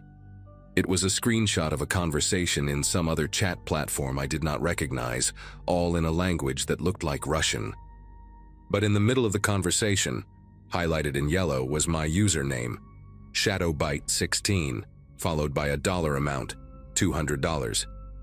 Someone was selling access to my computer, my files, my life, for $200. The next few hours were a blur of panic and frantic Googling. I searched for what to do if your computer has a keylogger, how to tell if someone has remote access to your PC, what happens when your personal information gets sold online. The answers I found only made things worse. Keyloggers could capture every password I had ever typed, my email, my social media, the Amazon account I used to buy video games with a prepaid card. Remote access meant someone could turn on my webcam without the light coming on, could watch me sitting in my room without me ever knowing. And once your data was sold, there was no taking it back. It could be copied, shared, resold 100 times over, passed around like trading cards among people who made their living exploiting strangers. I thought about all the things saved on my computer, family photos from vacations, pictures of my little sister's birthday party last year, screenshots of conversations with friends. Nothing illegal, nothing even embarrassing really, but all of it suddenly felt exposed, violated, like someone had gone through my dresser drawers and touched everything I owned. I unplugged my webcam with trembling fingers and put a piece of electrical tape over the built-in camera on my laptop for good measure. Around 9 that night, my phone buzzed with a text from a number I did not recognize. The message contained nothing but a photo, a picture of my house taken from across the street, the living room windows glowing yellow in the summer darkness.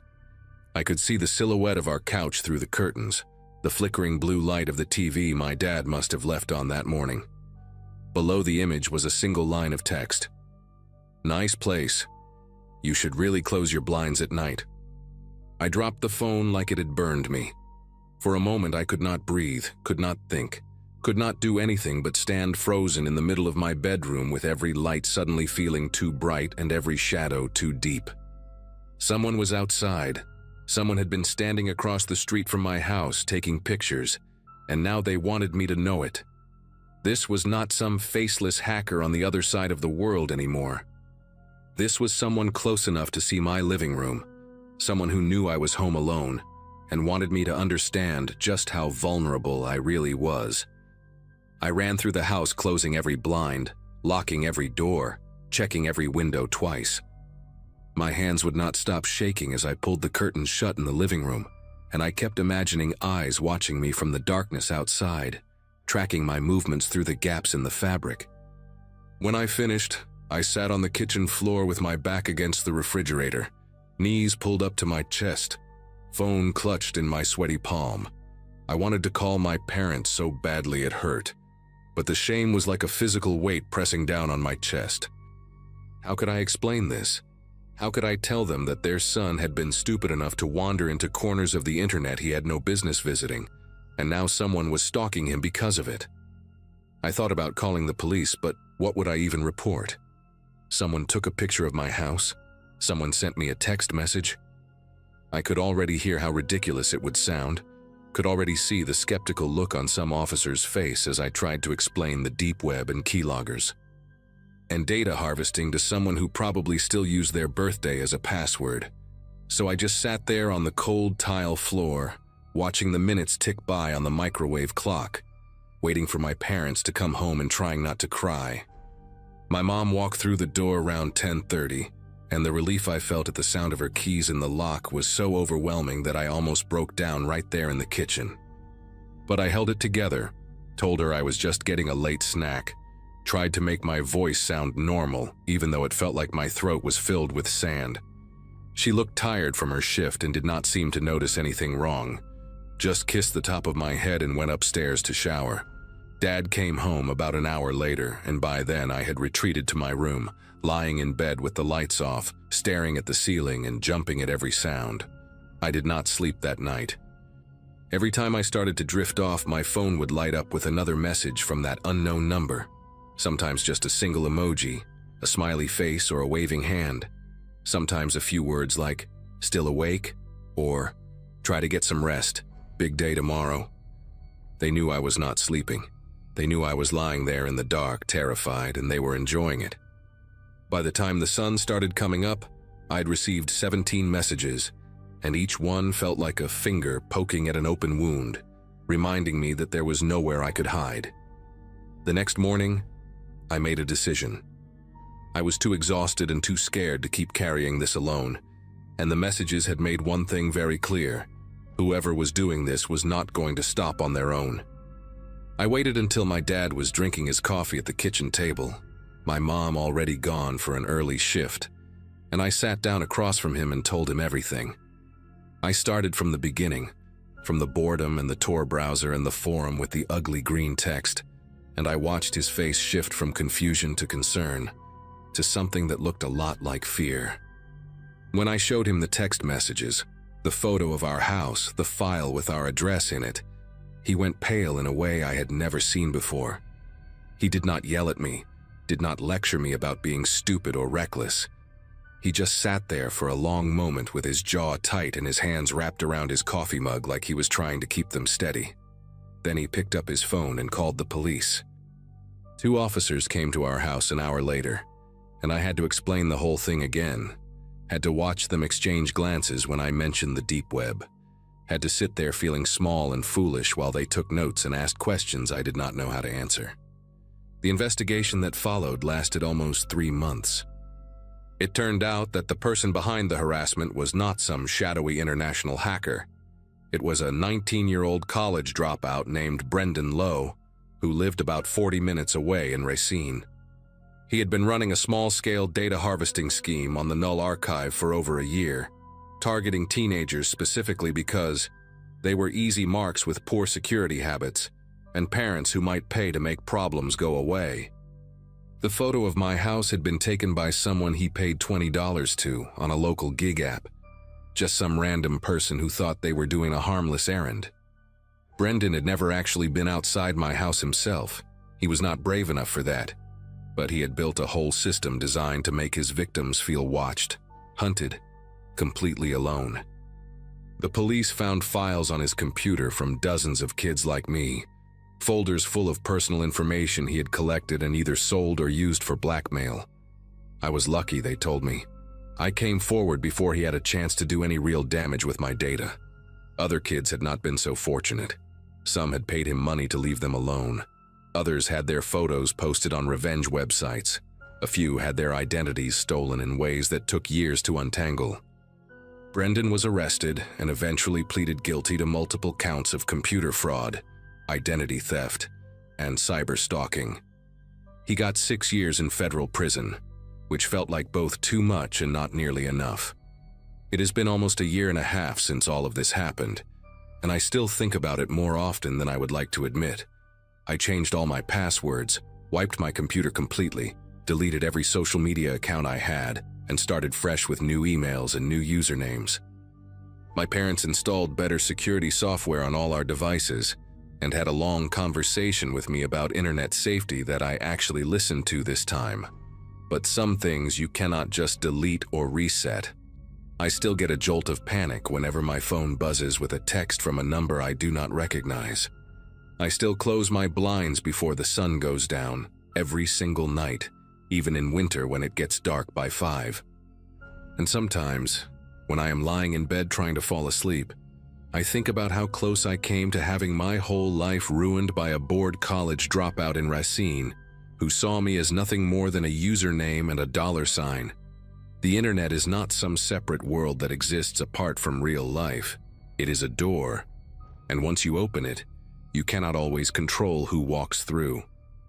I learned that lesson the hard way, and I am sharing this because maybe someone reading this is sitting alone in their room right now, thinking about exploring some dark corner of the web just to see what is out there. Trust me when I say this. Whatever you think you might find, it is not worth what you might lose.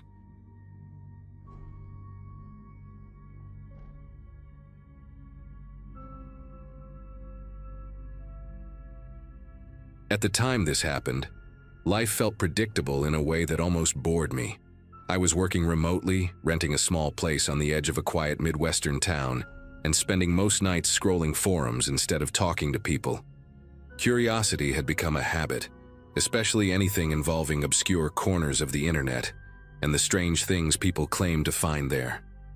That's how I came across an ad for a dark web mystery box labeled "Authentic Unclaimed Items," written in sloppy text with no branding and no explanation.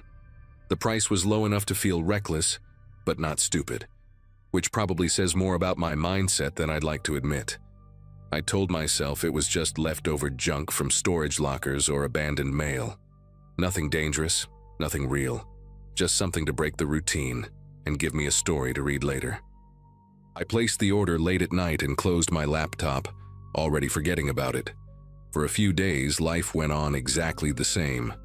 The package arrived wrapped in plain brown layers with no return address, heavier than I expected. Inside, everything was arranged carefully, almost respectfully, like someone packing memories instead of objects. There was a small spiral notebook with a cracked black cover, the kind sold at gas stations, its pages warped like they'd been near moisture. A cheap prepaid phone sat underneath, powered off with scratches along the screen that formed a faint crescent. At the bottom of the box was a plastic bag tied with a knot so tight I had to cut it open. Inside were clothes, dark jeans and a hoodie, stiff with dried soil and carrying a sour metallic smell that clung to my fingers. None of it felt random, and that realization crept in slowly. This wasn't clutter. This was a selection. I sat at my kitchen table flipping through the notebook, expecting rambling thoughts or nonsense entries. Instead, most pages were filled with short lines, repeated phrases, and odd notes about locations written in a careful, almost apologetic handwriting. One phrase appeared again and again, underlined each time as if it mattered more than the rest. On impulse, I typed that phrase into a regular search engine, expecting nothing. What came up made the room feel smaller in a way I can't properly explain. The phrase matched a line quoted in a local news article about a woman named Hannah Cole, who had disappeared several years earlier. The article mentioned a notebook found at her apartment with the same wording, described as something she wrote during bouts of anxiety. Photos showed her smiling awkwardly at the camera, wearing clothes disturbingly similar to what sat in my trash bag.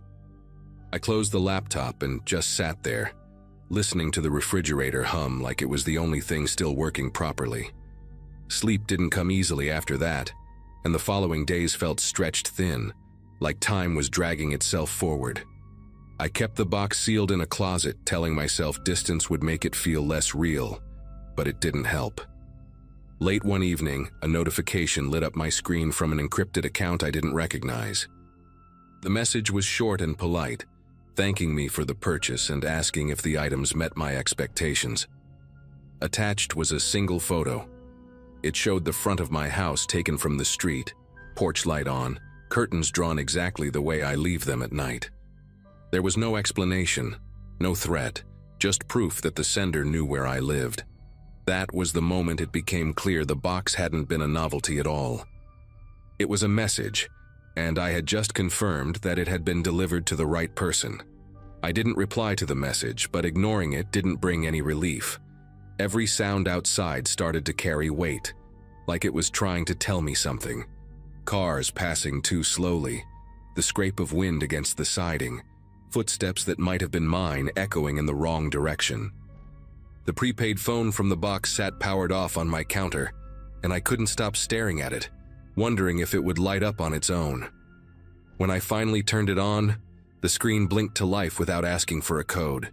There were no contacts saved, no apps, just one photo in the gallery. It showed a patch of ground freshly disturbed, with the corner of fabric barely visible beneath the dirt. The image metadata had been stripped, leaving no clues except the quiet certainty that it wasn't meant for me to admire. It felt like an invitation I never asked for. That night dragged on in pieces. I tried distracting myself with television, then music, but everything sounded too loud or too empty. At some point, another message came through the same encrypted account, asking again for feedback, phrased almost cheerfully. The casual tone made it worse, like the sender enjoyed pretending this was a normal transaction. I noticed then that the account name matched a phrase written on the inside cover of the notebook, something I hadn't paid attention to before. That detail stuck with me more than the photo had. It suggested planning, patience, and a long awareness of how this would play out. Whoever sent the box hadn't acted on impulse. They had waited for someone like me to bite. I made the decision to involve the authorities the next morning, bringing everything with me in sealed bags. The reaction was measured but tense, the kind of calm that doesn't promise comfort. They recognized Hannah Cole's name immediately and asked questions I struggled to answer, like why I'd ordered the box in the first place and how much I'd interacted with the seller. The notebook and clothing were taken away, and the phone disappeared into an evidence locker. An officer advised me to stay with a friend for a while and keep my routines unpredictable, which sounded surreal coming from someone in uniform. Before I left, another message came through on my phone, unread by them. It simply said, "You weren't the first choice." That sentence followed me out of the building and all the way to the borrowed couch I slept on that night. Weeks passed without another message, and eventually the silence became its own kind of answer. The investigation didn't lead anywhere public, and I stopped checking forums altogether. The part that stays with me isn't the fear anymore, but the realization that someone out there used a missing person's life as leverage, as proof of reach. The box was never about shock value or entertainment. It was a test, a way to see who would look closely enough to understand what they were holding. I still don't know why I was chosen in the end, or what happened to Hannah beyond what's already known. All I know is that curiosity used to feel harmless to me, and now it feels like something that watches back. Eventually, I stopped waiting for another message and focused on doing something practical instead of spiraling. I moved out of that house entirely, not dramatically, just quietly, packing my things over a weekend and leaving no forwarding address tied to my name. I changed numbers, scrubbed old accounts, and abandoned the online spaces where I'd first found the listing. It wasn't about running away so much as removing myself from the path I'd unknowingly stepped onto. The authorities never told me outright to disappear, but their silence said enough. No updates, no reassurance, just the understanding that some doors, once opened, don't close cleanly. I told myself relocation was temporary, a pause until the anxiety eased. Deep down, I knew it was permanent. Months later, a detective contacted me once more, asking if I'd noticed anything unusual after the move. Nothing had arrived, no photos, no messages, no reminders. The seller's account had vanished, along with the listing, as if it had never existed. The case tied to the notebook remained unresolved, officially still open, unofficially stalled. They believed the box had been assembled years earlier, and circulated deliberately, passed from seller to seller as a kind of credential, proof of proximity, proof of history, proof that the person behind the screen wasn't bluffing. Hearing that reframed everything. I hadn't been targeted for who I was, but for who I represented, someone curious enough to open the box and careful enough to understand it. I still think about the moment I clicked buy, how casual it felt, how small the decision seemed.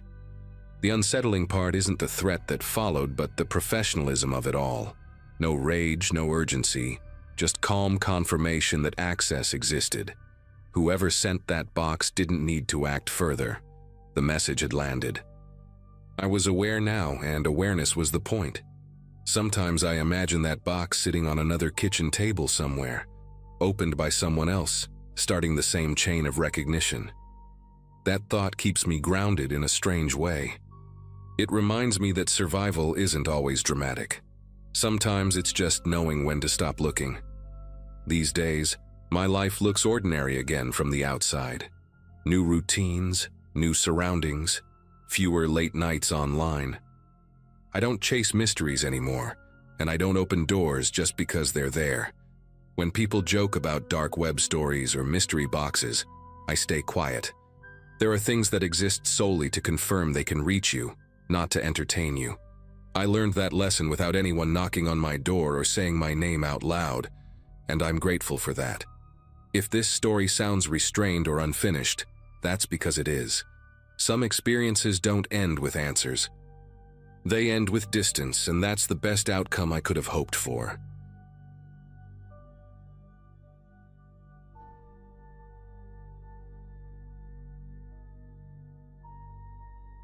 Late nights had become routine for me during that period, mostly because my sleep schedule was wrecked, and the apartment felt quieter after midnight. I'm Jason, and at the time I lived alone in a small rented place above a closed-down bookstore, working remote tech support and barely seeing anyone in person. Most evenings ended the same way: cheap takeout, dim desk lamp, laptop open, headphones on. That night wasn't special in any obvious way, and that's probably why it stuck with me so hard later. I remember the faint hum of my old ceiling fan and the way the hallway light outside my door flickered every few minutes. I had been bouncing between forums out of boredom, clicking links without much thought. Curiosity won over common sense like it usually does when you're tired and alone. Eventually, I ended up on an anonymous video chat site, buried deep behind a string of links I probably shouldn't have followed. The connection took longer than usual, showing a black screen and distorted audio pops before stabilizing. When the other person appeared, the feed was grainy and low-lit, just a vague outline of a head and shoulders. The voice came through clear, calm, and strangely relaxed, asking generic questions about music and work. I answered casually, leaning back in my chair, not giving away anything personal. A minute or two in, the tone shifted without warning. He mentioned the cracked mug on my desk, then the stack of unopened mail beside my keyboard. I hadn't said a word about my surroundings, and my camera light was definitely off. I laughed it off at first, assuming a lucky guess, but the way he described the peeling sticker on my laptop lid made my chest tighten. That detail wasn't visible unless you were in the room or watching from my end. The video started stuttering after that, freezing every few seconds while the audio kept going. His mouth would stop moving, but the voice continued, responding to things I hadn't finished saying yet.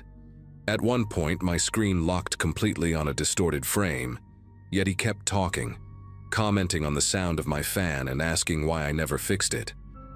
I tried to close the tab, but my cursor lagged like it was dragging through wet cement. The temperature in the room felt heavier, not colder, just dense, like the air before a storm. I could hear my own breathing through the headphones, louder than it should have been. Then, abruptly, the screen went black and the site kicked me back to the homepage. No error message, no warning, just silence and my reflection staring back at me. I sat there longer than I care to admit, listening to the building settle and trying to convince myself it was some elaborate trick. Eventually, I shut everything down and went to bed, though sleep came in short, shallow bursts. The next afternoon, daylight made the apartment feel less threatening, but the unease hadn't faded. While clearing space on my laptop, I opened a hidden system folder I didn't recognize, buried deep in my files. Inside were short video clips, all time-stamped weeks before that night. Each one showed me at my desk, from the exact angle my webcam would capture, sometimes typing, sometimes just sitting there staring at the screen. In one clip, I paused and glanced directly at the camera, like I sensed something, even though I remembered nothing about it. That was when the weight of it really sank in, and the fear stopped feeling abstract. Panic didn't hit all at once. It crept in slowly as I opened each file and realized how far back they went.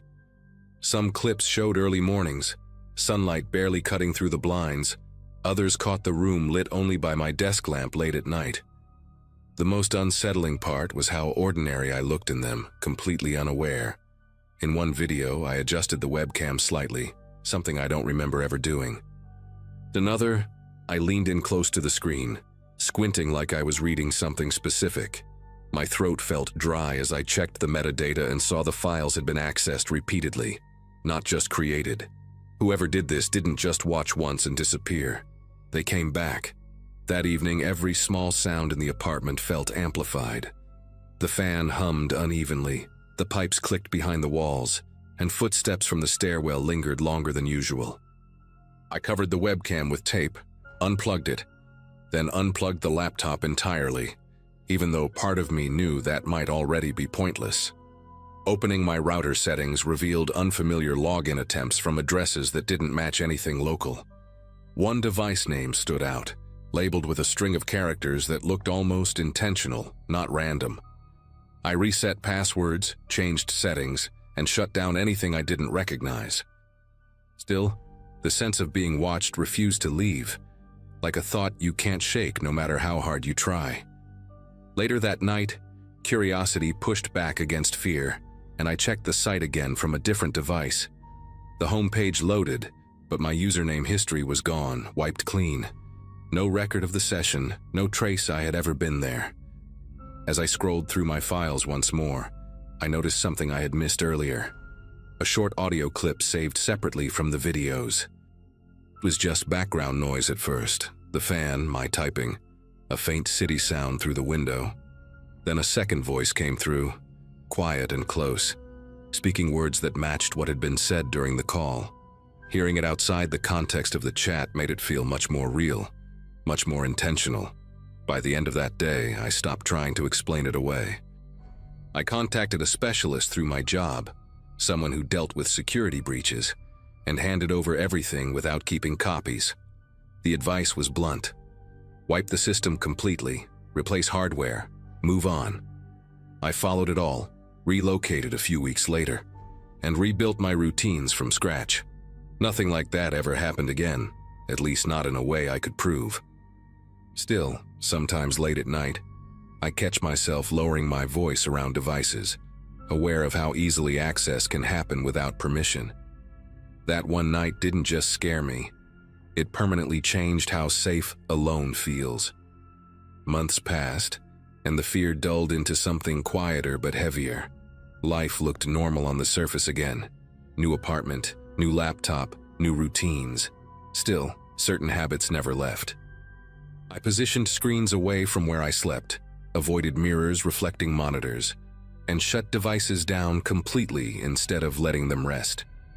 Friends noticed I flinched when video calls lagged or audio desynced, but I never explained why. Talking about it felt pointless, like trying to describe a sound you only hear in dreams. Part of me hoped that by staying silent, whatever had happened would lose interest. Another part knew silence had never really stopped anyone before. One evening, curiosity pulled me back to my old backups, the ones I'd stored on an external drive and sworn not to touch. I plugged it in, half expecting nothing to load, half expecting something worse. Most of the data was gone, corrupted during the wipe process, but one folder remained intact. Inside was a single text file I didn't remember creating.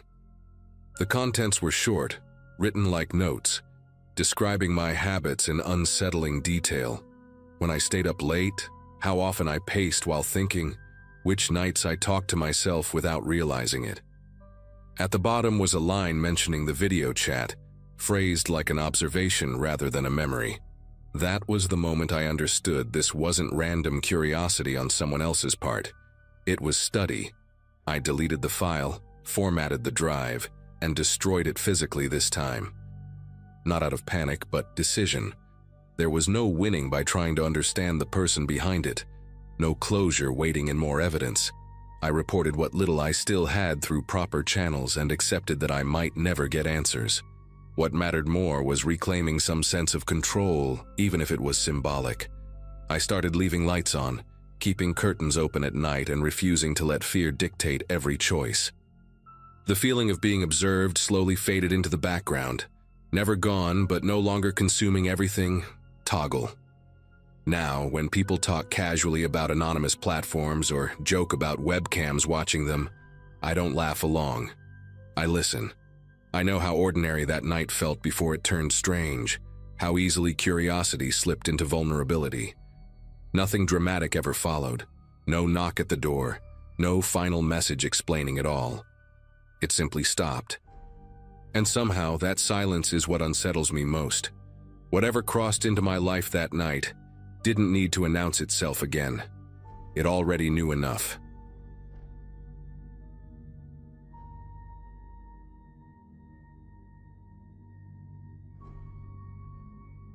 Running a small independent channel online had always felt like shouting into a tunnel and listening for an echo.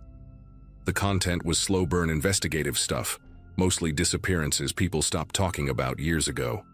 At the time, life was quiet and repetitive, split between editing late at night and working a day job that barely paid the bills. The channel wasn't big enough to matter, but it was just visible enough to attract strange emails. Messages from armchair detectives, grieving relatives, and trolls blended together until they all sounded the same. I answered some, ignored most, and learned to trust my instincts about which ones felt genuine. That routine made it easy to miss the moment when things shifted. Looking back, the warning signs were there, just subtle enough to brush aside. The day everything happened started like any other upload day, with coffee gone cold beside the keyboard. Message didn't come through the usual channels. It arrived from an address made of random letters and numbers. No name attached, no signature at the bottom. The sender claimed to have real evidence connected to a disappearance I had covered months earlier, one that never sat right with me. They referenced details I had never made public, including a misfiled report number and a witness statement that vanished from public records. That alone was unsettling, but curiosity has a way of pushing past caution. The tone wasn't dramatic or threatening, just blunt and strangely formal.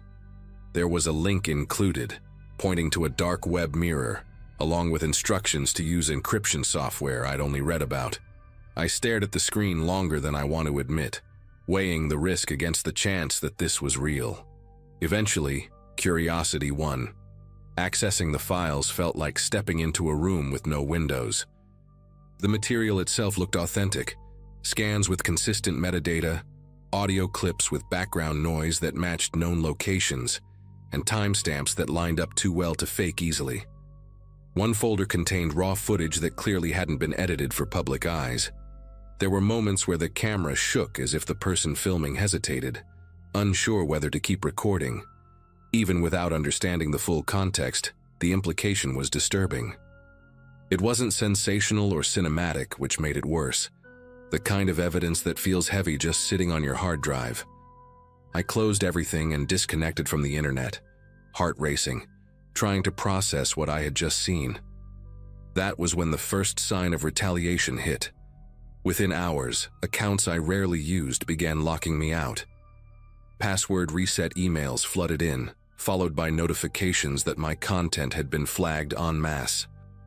Then came messages from strangers accusing me of crimes I'd never heard of, using my real name instead of my handle. Someone submitted false emergency reports tied to my address, the kind meant to provoke a dangerous response. The anonymous sender resurfaced with a new tone, no longer neutral, laying out demands with cold precision. They didn't want money or silence. They wanted control over the story itself. Publish their version of events. Frame certain people as unreliable, omit specific details, or watch everything I'd built collapse under coordinated pressure. I realized then that the evidence wasn't just information. It was leverage, and I was already trapped inside the narrative they designed. Sleep didn't really happen after that. Every sound in the apartment carried weight. Every notification felt like another escalation. I spent hours reading the demands over and over, trying to decode what they really wanted me to erase. They sent a rough outline of the story I was supposed to publish, complete with suggested phrases and timestamps. It wasn't fan fiction or speculation. It was surgical. rewriting motives and shifting timelines just enough to redirect blame. What scared me most was how confident they sounded, like they already knew what I would do next. They referenced private drafts from my editing software, sentences I had deleted and never uploaded. That meant they had been inside my system longer than I realized. The sense of being observed didn't come from paranoia anymore. It came from receipts. I tried reaching out for advice carefully, using devices that hadn't been connected to my home network. A journalist friend responded cautiously, urging me to stop engaging and preserve everything. Before I could even reply, my phone lit up with calls from unknown numbers, one after another, until it overheated in my hand. Voicemails followed, robotic at first, then unsettlingly human, accusing me of interference. Online, threads popped up dissecting my personal life with eerie accuracy, listing old addresses, relatives, even a photo taken through a window I never remembered posing for. None of it asked for ransom. It was all pressure, tightening minute by minute, designed to isolate me until compliance felt like relief. I understood then that this wasn't about hiding the truth, but reshaping it. The breaking point came when a patrol car showed up outside my building after a fabricated welfare check. Watching through the blinds as officers knocked on my door was surreal, like seeing a scene from my own channel play out in real time. I managed to explain enough to avoid escalation, but the message was clear. They could reach into the physical world whenever they wanted. Another encrypted message arrived shortly after, acknowledging the visit with disturbing casualness. The sender reminded me that narratives don't need to be true to be effective, only consistent and loud. I felt backed into a corner where every option carried risk. Publishing their version meant becoming a mouthpiece, while refusing meant losing control entirely. I made a decision that afternoon, driven less by bravery and more by exhaustion. Instead of posting their script, I released a short video stepping away from the case altogether, citing safety concerns without details. Simultaneously, I handed copies of the files and communication logs to a legal advocate recommended by my friend, using a chain of custody I hoped would protect me later. The retaliation didn't stop immediately, but it lost momentum, like a storm running out of fuel. Accounts quieted, false reports ceased, and the anonymous messages slowed to silence. The evidence never saw daylight in the way I once imagined, and that still bothers me. What stayed with me was the realization that truth can be treated like contraband, traded and threatened, not for profit, but for power over the story itself. Days passed in a strange half-normal rhythm, where grocery trips and emails coexisted with the lingering sense that the walls had ears. Work on the channel slowed to a crawl, not because of fear alone, but because trust in the process had fractured. Editing software felt hostile, like a room that had already been searched. Even harmless comments under older videos carried a new weight, every username a question mark. Friends noticed the distance in my voice when we talked, the way I deflected simple questions. There was no dramatic climax after that decision, just a long exhale where nothing else happened. Silence became the loudest outcome, and part of me wondered if that had been the goal all along. Eventually, the legal side moved forward quietly, without spectacle or updates I could share. The files went somewhere beyond my reach, sealed into procedures I didn't fully understand. That brought a measure of relief, but also a hollow feeling, like handing off a truth and never learning where it lands. Online, the smear attempts faded into the background noise where they belonged. New rumors replaced the old ones, and attention drifted, as it always does. The attackers never confirmed retreat or defeat, only absence. That uncertainty lingered longer than the threats ever did. It taught me that power doesn't always announce itself when it leaves. Months later, confidence in technology never fully returned. New habits formed without conscious planning, small changes meant to reduce exposure. The channel survived, smaller and quieter, but still mine. Viewers noticed a shift towards safer topics, though few questioned it openly. Those who did received vague answers, because specifics still felt dangerous to share. The experience stripped away the illusion that independent creators operate outside influence. Influence just wears different clothes at smaller scales. Control doesn't need a headline to function. Looking back, the most unsettling part wasn't the hacking or the intimidation. It was how easily information became a bargaining chip, reshaped to serve whoever held it last. Evidence that should have clarified a disappearance instead became a weapon to rewrite it. That realization changed how I see every unresolved case now, every leak, every exclusive. Some truths aren't buried because they're lost, but because someone is actively deciding which version survives. Stepping away kept me safe, but it didn't bring closure. The story still exists, just fragmented, living in places I no longer follow. That's the part that stays with me, even now.